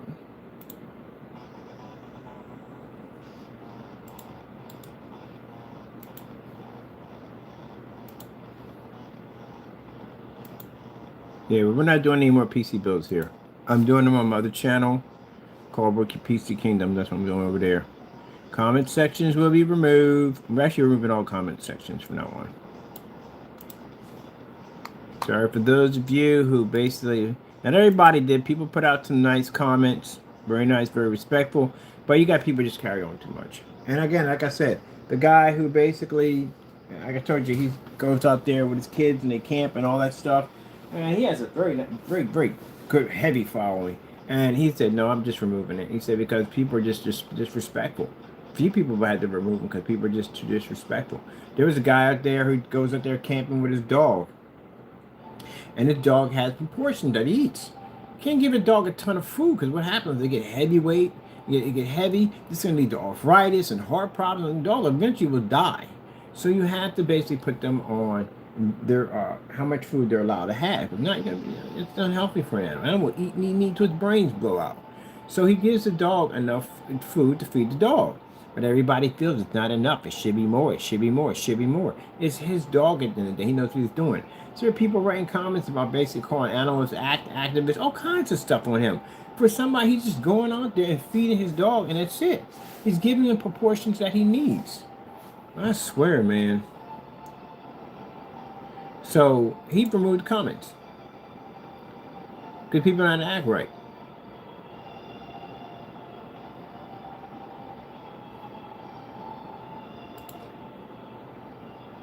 Let's see. All right. But as explained before, you know, on the spiritual side of it all, you're going to get what's coming to you. Sooner or later, what's coming to you. It's going to happen. When you think it's not going to happen, it's going to happen. Something very special for you. You don't get your act together, something special's coming for you. And like I said, I think it's interesting that people who live on this earth think they can get away with whatever they want. No, you don't get away with jack. I already told you to get away with jack. Right now, your life is considered to be a ticking time. I'm going to say time bomb. I would say an hourglass. That's what it is. You don't know how much time you have on this planet. You don't. You can't predict that. No one can predict how much time they have here. You don't know when your day is going to come. You could be healthy, lift weights, run track, whatever. You can still go. Doesn't mean you're going to be here. It's not guaranteed for you to be on this planet. You're only here from God's grace, and that's it. You got people who lift weights at the top of their profession of shape, and they don't wake up the next day. Just something went wrong in their body. Just like that, go on. And people say, I don't understand. He didn't eat junk food. He worked all the time. He didn't smoke. He did that. He worked out all the time. He's in great shape. How many times you heard that before? Be out in the park jogging, everyday jog. You do it every single day. And you just have a heart attack and die. You're not promised to live on this earth forever. You have a timeline. The thing about people at the end of the day, they think that I'm going to grow old. Most people don't even get to grow old. Wrong place, wrong time can end that extremely fast. There are many people who pass away every single day when you watch the news. They just happen to be in the wrong place at the wrong time. And something happened. You're not guaranteed. And you know who's responsible for all that? The devil goes and does all that. Because he's building an army. He needs people. And Christians at the end of the day, that we serve God at the end of the day, we're not promised of a lengthy life on this earth. We're not. We have to go too. But the thing about us is when we go, we know where we're going. The other half, if you don't know, you definitely know where you're going. That's what you have to understand. People wake up every single day thinking that they have forever on this earth, and you do not have this. Anything could happen in a day's time to keep you from coming back on anything. You better pray that you have God on your side when you walk out that door, because I guarantee you, bar none, that other one at the end of the day, that serpent, is trying to make sure you don't come home. You out there following the devil? You out there doing the devil's work at the end of the day? All the more faster you got a foot in the grave already. He's just trying to figure out how to end you. And the reason why you haven't gone already, because he would. If he had the opportunity, if God had turned his back and said, you know what? Do what you need to do. We'll all be gone. Literally, he'd be wiping us out one by one. It'd be no mercy. But the fact that God is there watching, even when you're doing dumb stuff, he's there watching. Because if God wasn't there watching, he'd had you by now.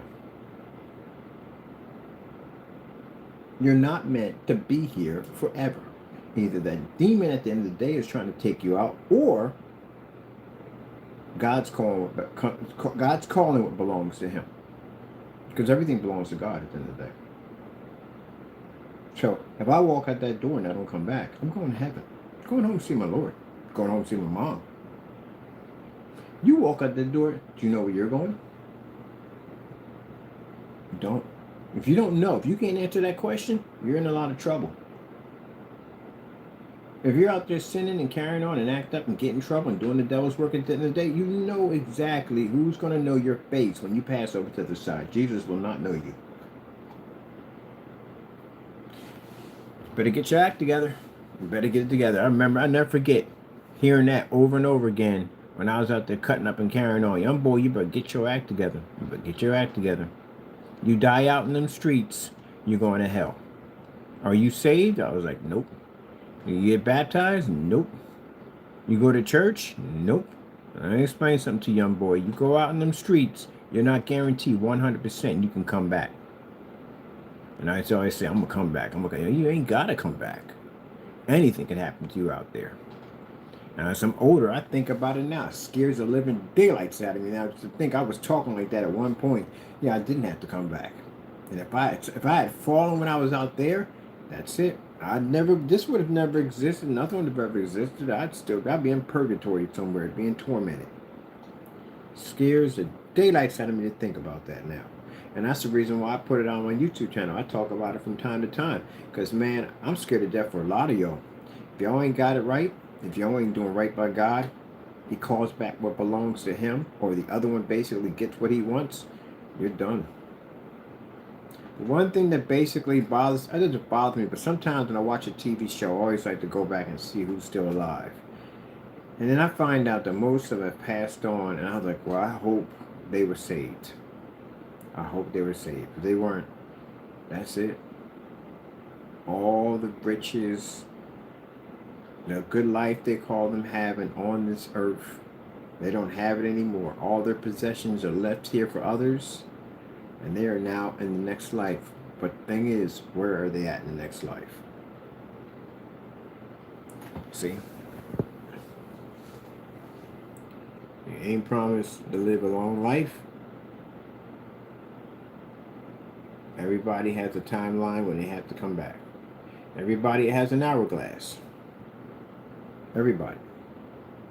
Some with less sand, some with more. And if it bothers you, what I say out of my mouth, because some people say I don't like it when you talk like that. But it's reality. It's life. You don't want to hear me talk like that, but basically you have to accept it. You know you have to accept it. That's why you don't want to hear it. You want to deny it like it never happened. But it is going to happen. There is no way around it. You see how I can talk like this so easily? Well, you're going to die. Yes, I'm going to die one day. I am going to die. But am I afraid? No. I picked up my cross and I carried with God. That's what I did. I got rid of the devil and I picked up my cross and I carried with God. I serve God. I don't worry about that. My mother, when she passed away, had no fear at all. No fear. No worrying about, oh, I'm going to stay a little longer. Nothing. Or I'm afraid. Nothing. At all. It's a Christian woman. She was going home. She was happy. She was singing Christian songs before she passed. She was happy. Smiling. Better get your act together, people. If you're scared to death, if you're regretting it, if you're fighting it, then that means you're not ready to go. That means you're not made your time. You're not ready to make it to see Christ.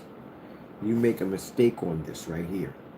You pass off this earth before you get a chance to get saved, and you will end up seeing the other one. And trust me, nothing will ever be to compare it. Nothing will prepare you for how hideous and how evil this thing looks. Or they look, because again, there's a bunch of them. You better get your act together with God.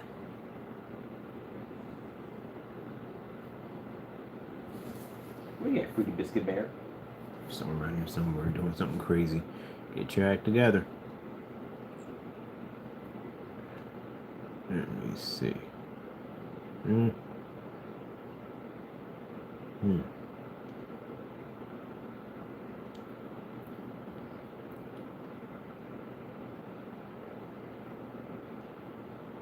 Yeah, we got young ones. None of the brothers and sisters are still alive, but I got some young ones that did pass in my family. They weren't saved. I know what they want. They didn't chalk it up to all they want to chalk it up and say, yeah, they went to heaven. No, they didn't. And none of them were saved. I know where they went. It is what it is. We're going to change the Bible? Or change God at the end of the day? So, well, God's wrong? No, I know where they went. They weren't living the life they should have been living. They didn't die that way, but one of them, yeah, it's a mess. But anyway, but still, they weren't Christians, and they weren't living there, and they weren't baptized. And they weren't living the life they were supposed to be living. And their time ran out. There's no way around it. Could it have been changed in any way? I don't know. All I just know is things happened the way they did. Everybody's not promised to be here that long. Some people are blessed. If you live to be around 80, 90, you are truly blessed because you've been here. You got more time to fix here, to get your act together. Some people don't get that much time. Some people died 18, some people died 19, some people died in 20s. Some never make it to 30. So I know for a fact. I got people in my family, young, very young, that passed away. They were out doing what they wanted to do. They didn't get that opportunity. So now I know where they're at. Their parents don't want to accept it. They can't accept it. It's too much pain for them to accept. But they have to accept it. They didn't make it.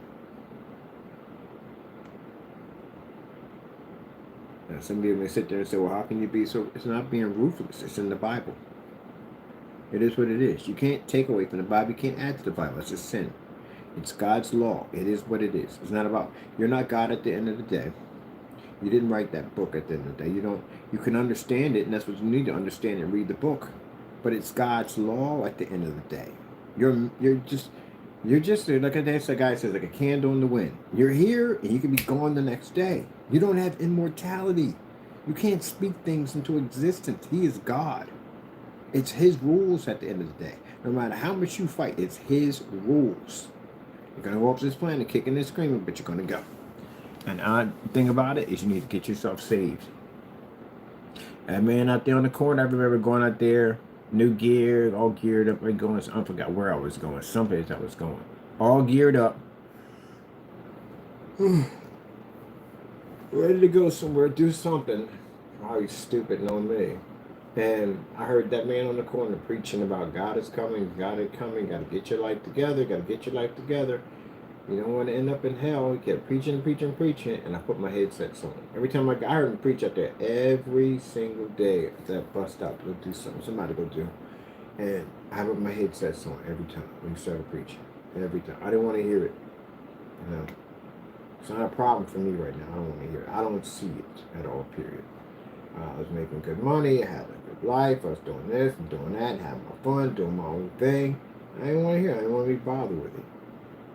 Until a time came where God must have been calling me. He must have been calling me hard because, man, got thrown in the prison system. Well, he was really calling me. But I told you, if God really wants you at the end of the day, he's going to move mountains to get to you. That means you must be chosen for something. Because he moved a lot of mountains for me because I refused him on every single level you could possibly think of. Man, if he wanted to just give up on me, he could have gave up on me and threw me to the wolves, but he didn't even do that. I tried everything to get away from God. Everything. And he just kept coming. So it must be my purpose for me. Because, like I said, if you got all this clutter in front of you, God's sitting there staring at you, devil's looking at you too. We used to watch you on the other side too, trying to figure out how this is going to work out.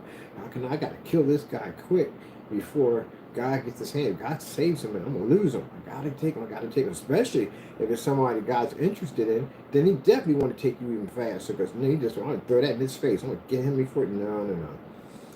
I had all that clutter in my way. God moved all that clutter off the table. That's why I got thrown in jail. Yep. What can I do in there? I ain't connected to no people no more. I'm not out there running the streets. I'm not doing this. I can't get in any trouble. I'm locked up. I'm in a little tiny cell just sitting there just staring at a wall like, well, this is messed up. Maybe you done did to yourself doing dumb stuff at the end of the day. I'm just sitting there just in there with my own thoughts at the end of the day. That's where I'm at. So mom came in and gave me that Bible, and that's when my guy started speaking to me. That demon started talking to me in the other cell, telling me it's not going to help me. That my soul is lost. That Bible can't help you. Literally what he said to me, told me to flush it down the toilet, and I didn't. I didn't flush it down the toilet. So from there on in, there was no other place to go but God. That's it. So I started reading the book. And I started reading more of it. And it got interesting. I started reading more of it, and I carried it everywhere I went. I felt stronger with it. I felt safe. I felt that all my guidance, everything I needed to know was in that book. If I had any questions, anything at the end of the day was in that book. The Lord was my pathway to my Lord. That book was worth more money to me than all the money in the world. You could have sat there and said, well, look, I'll give you $20 million and your freedom if you flush that book. I'm like, nope, I'll stay here with the book and keep the $20 million in the pie. That's what it felt like. That was my lifeline. Without that book, I even slept with it. It was my lifeline. That's how I became a Christian. And went through lockup. And then didn't even get the time. It wasn't expecting me to do that time.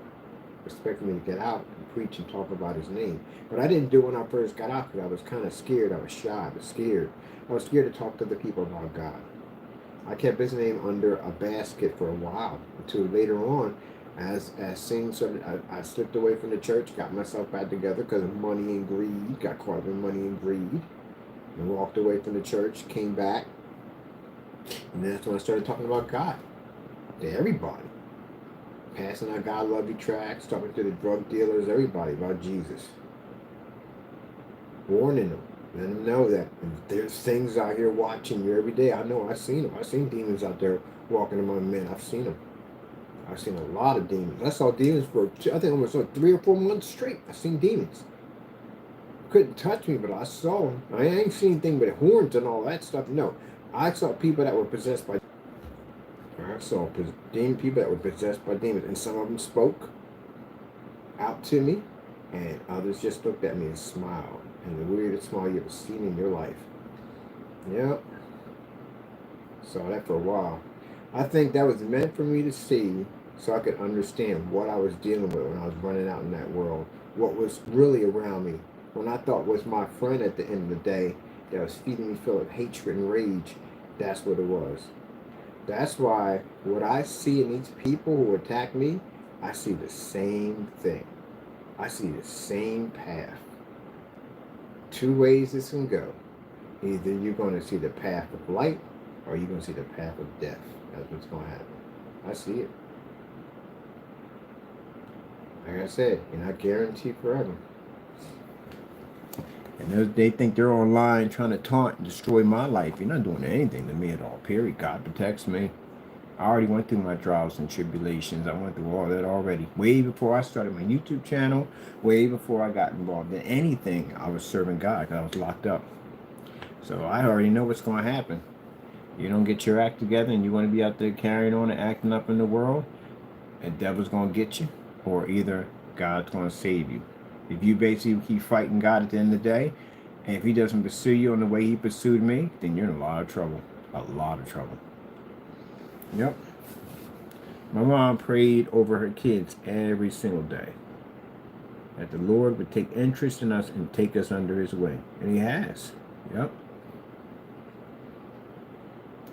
So you better pray that the Lord finds interest in you and wants to take you under his wing. Like I said, there are a certain amount of people going to heaven and there's a certain amount of people going to hell. We do not want to be the ones going to hell. I did 3 of these. I'm trying to figure out, I did 3 of these videos. I can't figure out I did the other one. Okay, let me see. It's supposed to be for mapping. That's after that for glass. That's mapping. That's ceiling. That's mapping. Good-ah. This is interesting. So,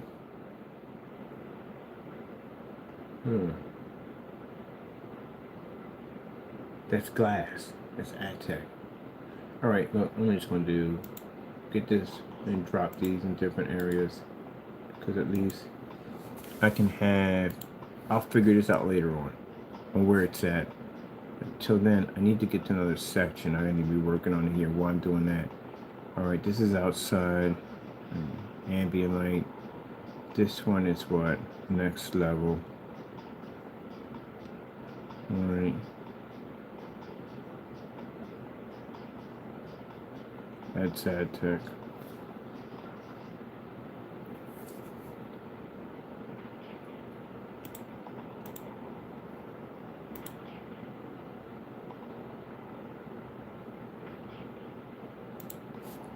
Yep.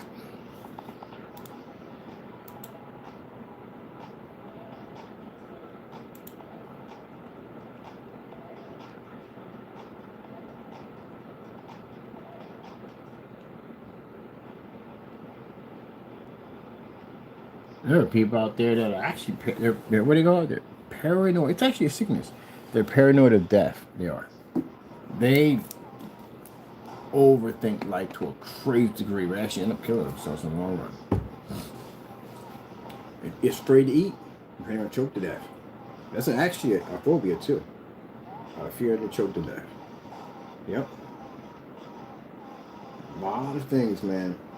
I tell you, I can tell my Lord watches over me. I got a bad habit of eating sugar when I sleep. I don't know where it came from, but I like to snack on sweets. As basically as I'm dozing off, I'll throw junk food like candy. And sometimes I go into things called micro naps. Micro naps I get because I rarely ever sleep and I'm constantly working all the time. So basically a micro nap is where your body will shut down for a couple of minutes and pop right back on. It's your body being able to reboot itself and shut down. And I have woke up with gumdrops in my mouth. If I had swallowed one time, I'd have choked to death. That happened to me a couple times. If I had swallowed one time, I'd have died. God watched over me and watched over me when I was going through one of those episodes.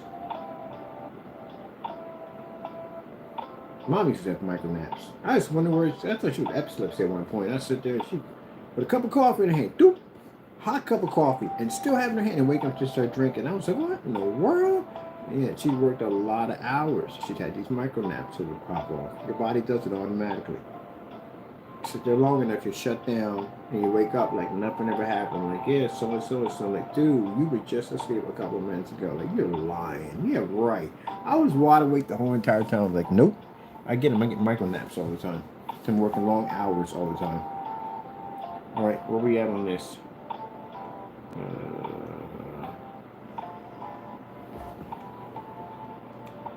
Micro naps. Yep.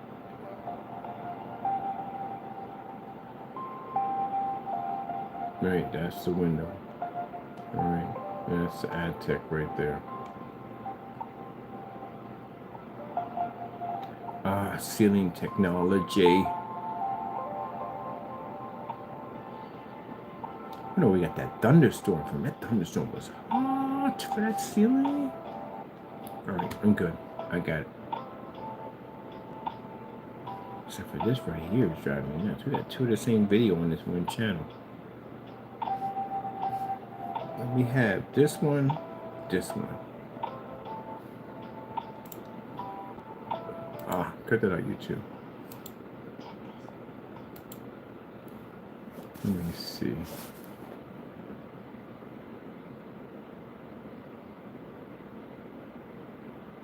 That's projector mapping.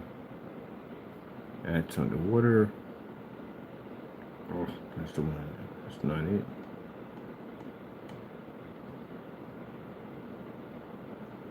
Nope. Nope. Nope. Nope. No. No.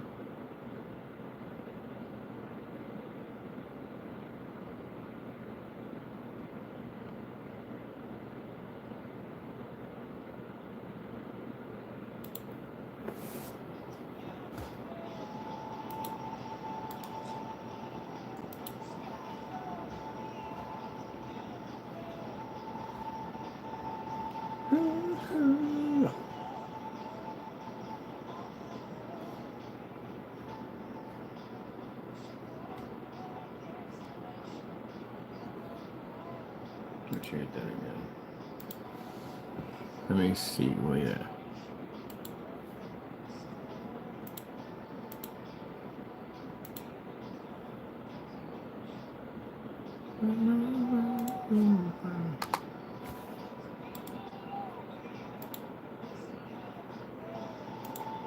So one more day, we want to change our YouTube channel name. You can put it into the dummy name for right now.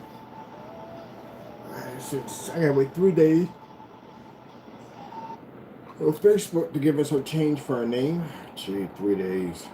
Really? You can't do that like right away? You gotta wait 3 days for them to put in review for us to change. The Crystal Ridge is gonna be changed to this one. And I may change the Crystal Edge to for the domain name as an IGL Technology Streams info page. That's what I'm thinking about doing, because it's going to be an information page. So the gunmetal over there is going to be transferred over here, and it's going to be changed over to the ILEG, to that technology. which, let me see. Let me go save all this. Get a publish on this. And I can go back to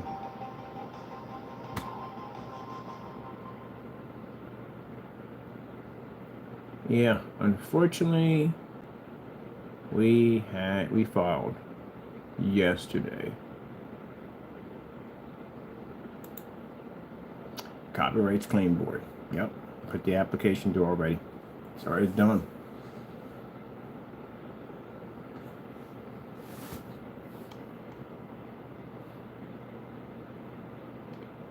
This is for the CCB application. Already put through. We already been through this process before, so we did it already. We had to open up our old case, go in and fill out all the information again, update everything, and just get reassigned to a new or social workers when we're working on this whole case for us. And there we go. We're back in. So this will be for the Crystal Ridge site to get ready for that. So I'm not going to talk about it online, so I'm showing you, but we're not going to go back and forth. What's going to happen is when we fill this out, get this done, get all the evidence in, get that taken care of. They review it because we already got approved for the first one. That's why we had a process server, because they approved it. That's why processed it. They'll assign us another process server out there, which I don't even know how that's going to work, because if California is still intact by any chance, I hate to put it that way, but they got a lot going on down there. They got mudslides now triggering off down there. So see what happens. Let's see if we can get a process server closer. Probably in Los Angeles and the city would be better. So find a process server. Now I might contact my old process server and see if he's still up and running, and then give him, because he was already out there already, and then have him go out there and serve him. So that's about to happen. So we already went and applied for that. I already went over to the magistrate court, and I already filed a class action lawsuit. That's for the 175. And this is the other one now. It's coming up. This is with the CCB for $30,000 for this one. So yeah, it's already done. We've already went in. We got to get the second, not the second one. Now I'm trying to figure out what we're going to do, because we still have another one. We have 2 copyrights that we're tampered with. So chances are maybe go to federal court. I'm trying to do no. This person, I don't know if he's mentally have problems in there or what, but for the amount of damage that they're seeing that he's doing, like the kind of stuff he's trying to do, and not having any regard for basically going to jail. I don't know what he feels he's never going to jail or what's going on with him, but you know, buddy, if I go over to federal court, what we have right now, we filed with the CCB. We're already locked in with this. And we go over to federal court and we file. It is going to be so easy, because they're going to go in and they're going to look at if there's any previous, we filed any previous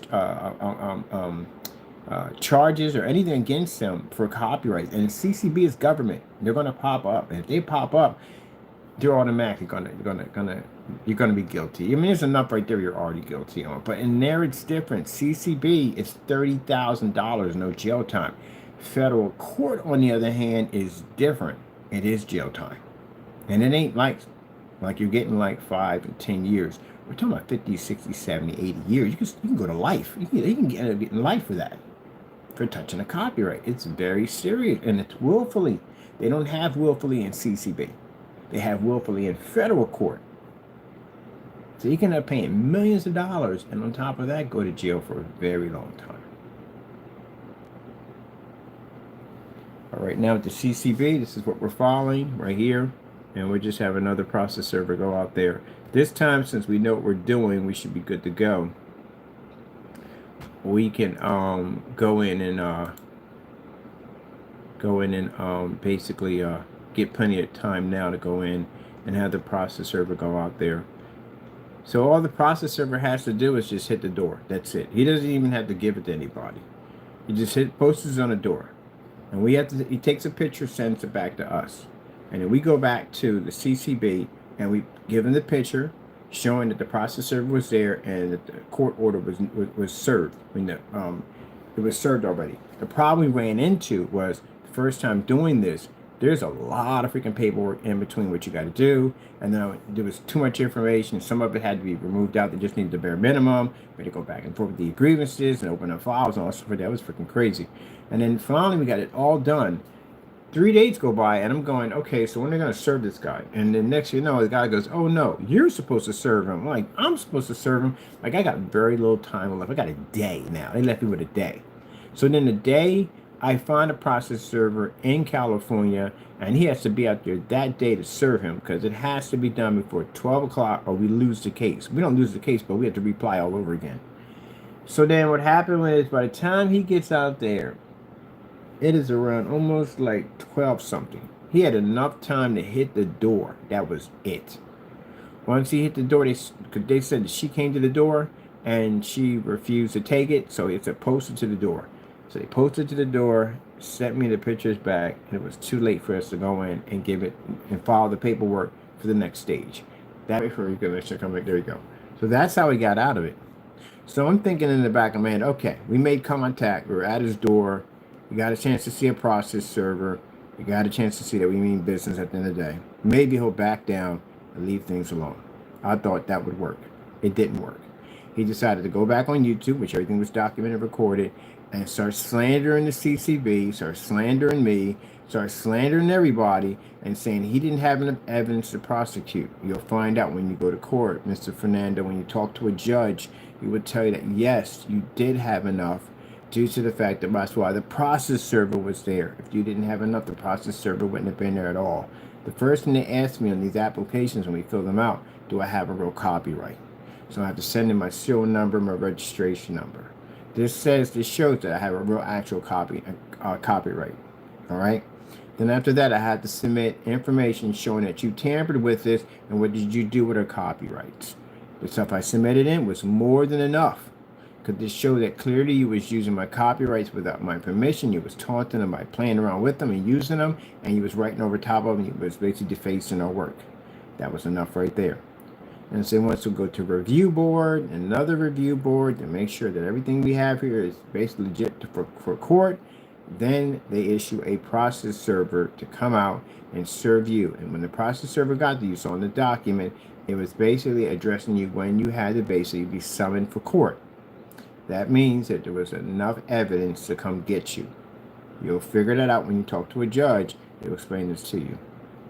So the problem is we ran out of time because we didn't have, by the time we got the pictures, their office had closed and there was enough time to do it. The next day would have been the deadline and that's it. But now we can go back in because we know what to do, how to do it. Makes it much more easier, gives me plenty enough time to get this finished and done. I can knock it out in about 2 days, get it done, get it finished, get a process server there. We'll give him plenty of time. Once he hits the door, and if he actually doesn't, he'll find it because that's where we're getting a process server who already been there because he can find the place. Get him this and post it to the door and then send us back the picture, and then we can go in to the CCB and send over the picture and give him the process server's number and information. The guy was at the door, and they can start the process of court. And then he would basically get another letter telling him that this is when you have to appear in court, such and such and so, so and so and so, and this is where it's going to be at. That's what would have happened. But like I said, I thought because you might have taken that seriously, but you didn't. If you had took it seriously, that would have been the end of it. I would have basically let this go. You don't want about your business, I went about my business, and that's it. Lord was giving you an opportunity to walk away, and you didn't walk away. So now you came back and carried on even more and used their copyrights even more, and you touched the second one because you thought you could do whatever you want to do. Now we opened up the case again. They're going to come back out. They're going to serve him again. This time we got plenty of time. Get him in front of a judge. Get that taken care of. Sue him for 30 grand.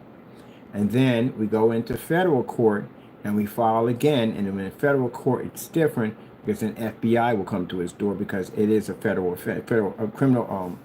He committed a criminal crime. He wouldn't touch the copyright. So FBI gets involved in that. Now you will be arrested. And now you will be going to jail because, again, they're copyrights. You're not supposed to touch those. And instead of getting a $30,000 lawsuit, millions of dollars for lawsuits. So Should have took it. Get opportunities in life. You only get them one time, and after that, that's basically about it. And then we can go. This time we go to the judge and we showed him that yeah, we have a cease and desist order we put out. He ignored it. He just kept on coming at us and touching our stuff without our permission. So there we go. We even got emails from you contacting me, telling me you can do whatever you want, and I don't own a copyright or nothing whatsoever, which I find kind of interesting because you're trying to look up my company. You found out that I had a copyright. It's in the copyright office. There's no way in the world you would have found that unless you went to the copyright office, which now you know my copyrights are real, which means that you're going to jail. So I got to go through here. This is the CCB. This is what I'm going right here, and I'm filling out the rest of the forms for that. Get that ready. And get that beginning.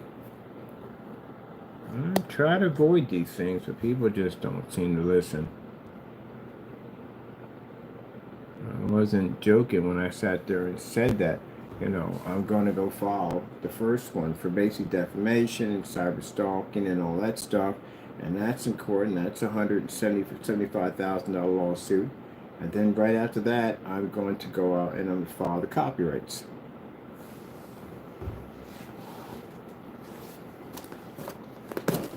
I'm not going to bother with that $500,000 at the end of the day, and I'll tell you why. Because I got evidence on you. That's why. I don't need you for you not to do this and do that. We have evidence on you. I'm just going to flat out sue you. That's it. I'm just going to bother with all that nonsense. We know you went out and you tampered with our stuff. That's what you did. And you messed with it. That's what you did. I'm not bothered. I'm going to sue you. So, get ready.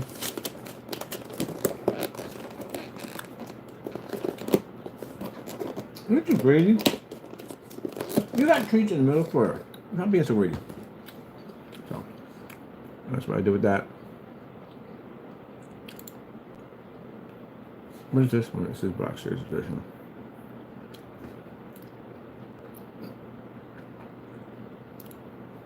Let me start this.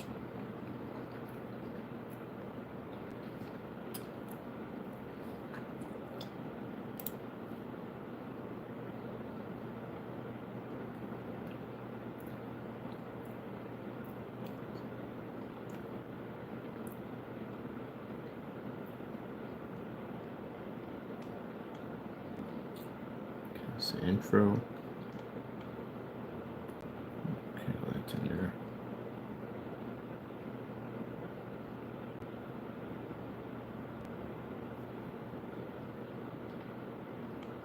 Oh, I like this. I saw that right there from the new stuff they have on there, and I was like, oh, that looks nice on the site when we redo it.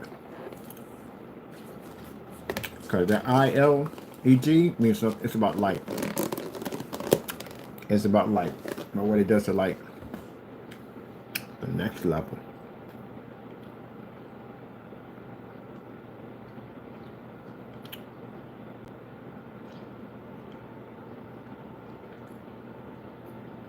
Right. I gotta go to labels. I'm gonna do that. I'm gonna come off because I got stuff to do.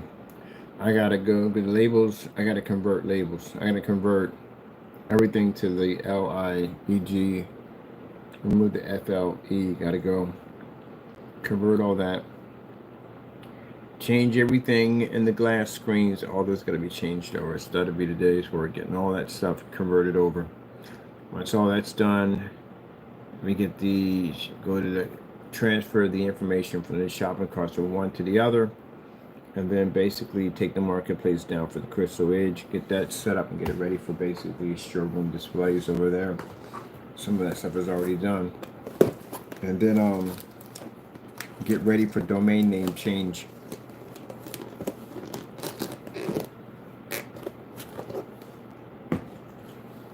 Would you like some? You seem extreme. I don't know why you do this. You ask for something knowing darn well you're not going to like it because you're finicky as I don't know what. This dog at the end of the day, if he begs for something, he eats it. Cats are weird. Cats will sit there and stare at you. You might just whip out a freaking violin. Oh, he did eat it. All right. Interesting. I've given him food, and he looked at me like, what am I supposed to do with this? You're sitting there asking for him. That's like somebody sitting there saying, hey, can I? Just looking at you like, staring at you like, you want a piece of this? All right. You get a piece of your cake, and they just look at you like, and walk away. I'm like, are you kidding me? But you ate that. Okay. You like hot dogs. I didn't know you like hot dogs. That's interesting. He likes hot dogs.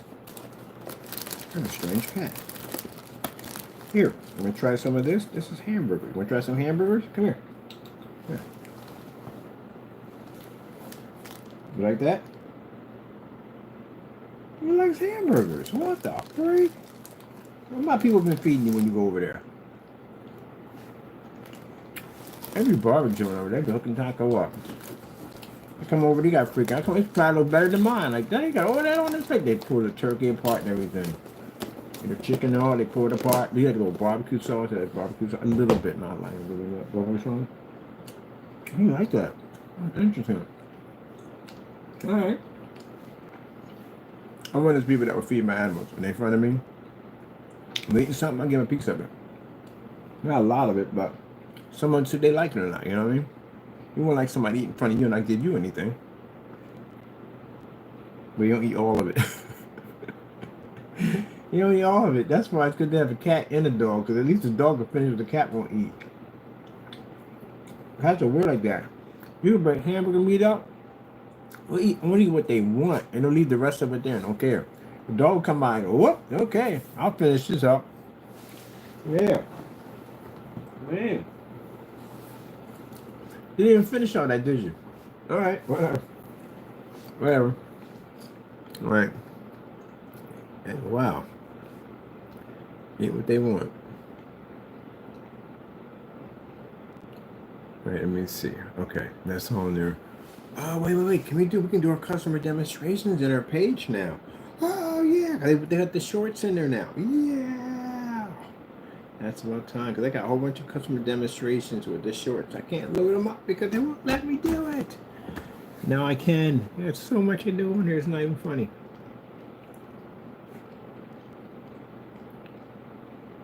All right, let me see. Definitely go with that. That's good. Now, we can be reached down here through email, but our email is going to be changing soon to synchronize with our company. Everything has to synchronize. And as I said before, 800 number we don't need anymore. We got some calls to 800 number, but majority we get them all through email messaging. Majority of our calls. And Facebook messaging and stuff like that. I get a lot of messages to do there. Mostly do a lot of Facebook messaging. But anyway, and my number for my company, for people out here to reach me, because I'm be doing business and with people's faces all the time and looking at this and looking at that, and they need to reach me 24/7 out here. My number is going to be on all my business cards. My encrypted number is going to be, I got another cell phone coming in. Gee, I got to work this out. I got 3 cell phones. I literally have 3 cell phones. Huh. All right. I like that phone over there. I think I'm going to trade that one and make that one the encrypted phone. Because the encrypted phone would be perfect. All right. That's what I'm going to do. So, wait, can I get 2 lines on my phone? I heard that of a minute. I'm curious. Can you get 2 lines on one cell phone?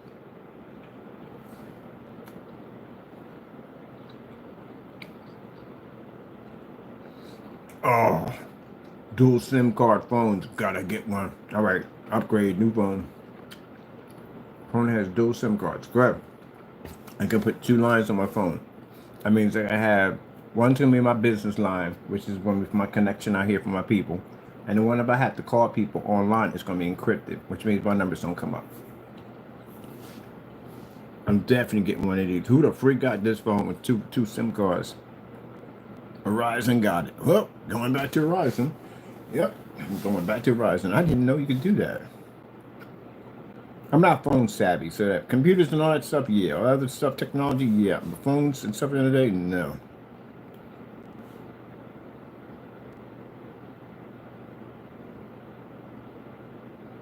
Oh, heck yeah. Definitely, this is hot. I didn't even know that. That's freaking cool.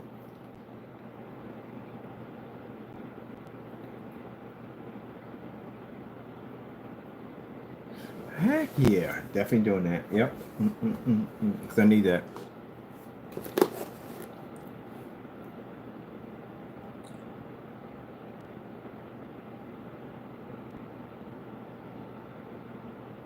Now, is this number posted? No, it's never posted.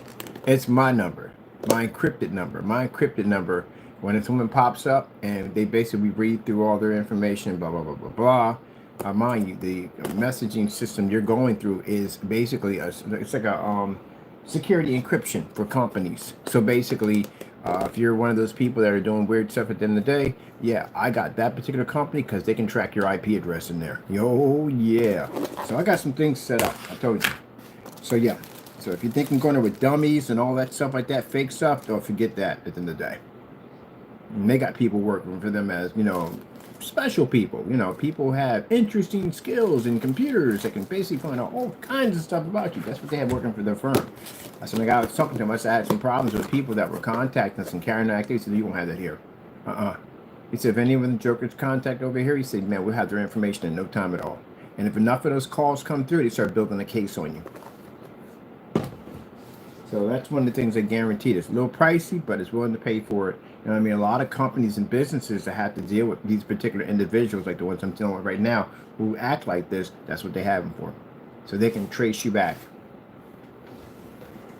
So it doesn't make a difference if you make any fake dummy Google numbers or at the end of the day. No, you can be traced right back to your home address.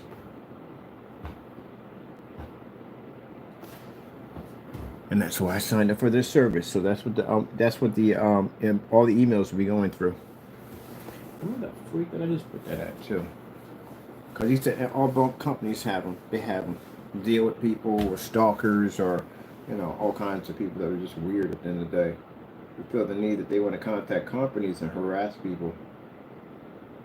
They got them because you got people who work at jobs and they may have a boyfriend or a husband or they might have a wife at their whoever it may be that may want to stalk them at their job, and that's why they have these companies in place.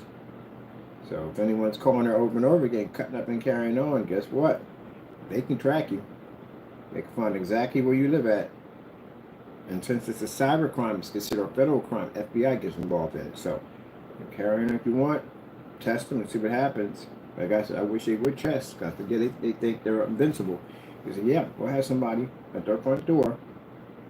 We'll have them arrested. And they'll be following charges along with us because you'll be attacking their firm. So good luck on all that. But anyway, I'm not worried about that. Between the CCB and all this stuff we followed in the last couple of days, we should be good. But anyway, just in case. That's what I'm getting at. The company's got to do that now. They got to do that. You have to do that now. If you're thinking about, like right now, they got services now where you don't even use your address anymore. You can basically have your own business the PO box is more professional at the end of the day, and they had them. And they had the security protocols put in place because you can't use your address anymore because you got creepy people like those people that will contact your friends and family and call your phone and carry on. So they're a perfect example of why companies like that exist because these people are super creepy. Guy was following me around on freaking, we're doing a daily walk and talk. McAfee was stalking me. Yep, following me from place to place to place on Google Maps and figuring out areas I was going to and sending a message out to them. Sending them postcards out to them. Yep. Which I see your Facebook account's up and operating too. I guess he feels that he's clear and he's not in any trouble whatsoever. Just so you guys know, and I'm pretty sure you're not smart enough to know this, but here's the thing. Investigations take time. So, yeah, pop your page up. Thank you for that at the end of the day. Another duplicated again. We duplicate them for court. So they match up to everything we have in our files on our end. This is the exact same person. This is him over here and so on and so forth. But, yeah. They think that because nothing happened to them that they're no, you're not. You're going to be kidding me. Whatchamacallit can tell you about that process server thing. Anyway, he never saw that one coming. Never saw it coming. He saw his file for the paperwork. It takes time. He was in there running his mouth like, what you going to do? Ain't not going to happen. There we go. Where were you at when the process server popped up? In the back of your apartment, and your wife had to come to the door, and she had to basically talk to the process server because he refused to come out. Well, this time, I'm not worried about that nobody being there. I'm going to post it right to your front door. That's all we need. Guys, they just post it to the front door, have them snap a picture of it showing it's at there. They already been there already before, so they got a record of already being there. They know he's there anyway. So they just got to post it to the door, that's all. Post it to the door, and basically take a picture of it, send it back. That's all we need. He puts his ID number underneath of it. We go over to the CCB. We upload the picture showing it was served. At the bottom, he puts in his information at the other end. Contacts the court. Say yes, I was just there. So and so and so. I sent all the information back and the paperwork back to the other guy, and that's it. See you in court. That fast. Now, you ain't even got to be home. You got to be home. All I got to do is post it to the door and snap a picture. That's all they have to do, because they've already been there already before, so they know you're there. So.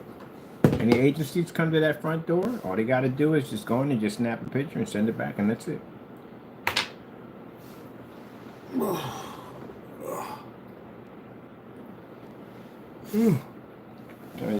$175,000 I ever made of 30 grand. Oh gee, that's almost about 205,000. 2,000? Yeah, almost 205. We did $2,000, $5,000. I'm in that price right there. $205,000. Sorry about that. Nope. I'm giving it away to charity anyway, so we don't want it. I'm gonna give it all away to charity, to other people.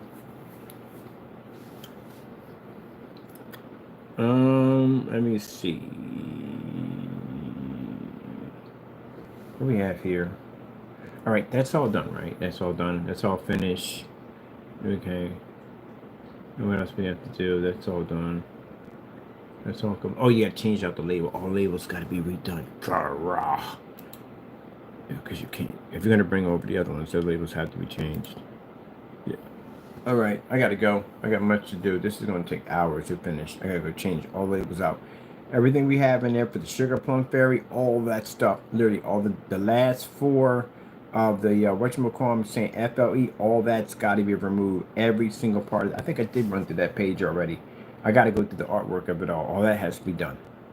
So get that done, get that finished. Go over and get the work from Crystal Ridge. Get that finished and done. Transfer all that over here. Set those shopping carts up, and then remove the page from Crystal Ridge. So for now on, no more PC builds on this channel. No more.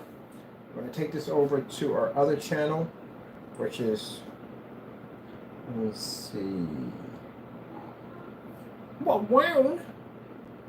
You and your what wounds. All about your what wounds. All day long with your what wounds. What wounds? Cardboard PC Kingdom. That's where we're going to be at from now on. And for those of you who want to put your 2 cents in, forget it. Your comments are blocked. All comments are blocked. We're blocking all comments from now on. But that's what we'll be doing all our builds at. I got to do a corrosion test on the other PC, the one we got with the cockroach on it. I'm doing that over there. So keep in mind that I'm alive. They're all pre-recorded and then uploaded. So that's how we're going to do it. So I don't want to do it that way because it's clear. And I got plenty of memory on my other phone. This one right here, not so much memory. But the other one, more memory because I don't use it for anything. Oh, fast, Uncle. You're super fast. Super fast. Super fast. Wow. Super fast. Uh-oh. Speed. Super speed. Super fast. What are you doing? Why are you so fast? Wow. You're super fast. Alright. That's basically about it. And I got the rest of the updating to do. And that's it. Oh, charging station. Charging station. I got to run a flat line laser system through. Jeez, that's going to be fun. That's a lot of sliced dice and resoldering. That's going to be fun. And let me see. I'm going to do the corrosion. I'm going to do the corrosion job on this one. I definitely want to work on the rest of the artwork. That's not done yet. That still requires more artwork. And I still got to finish coating the other half of the side of the screen. And finish blacking out the bottom half. And I got to charge this too. We can't even do that video yet. So while I'm working on this will be charging. Then I'll be in for that. Alright, that's pretty much it, people. Gotta go.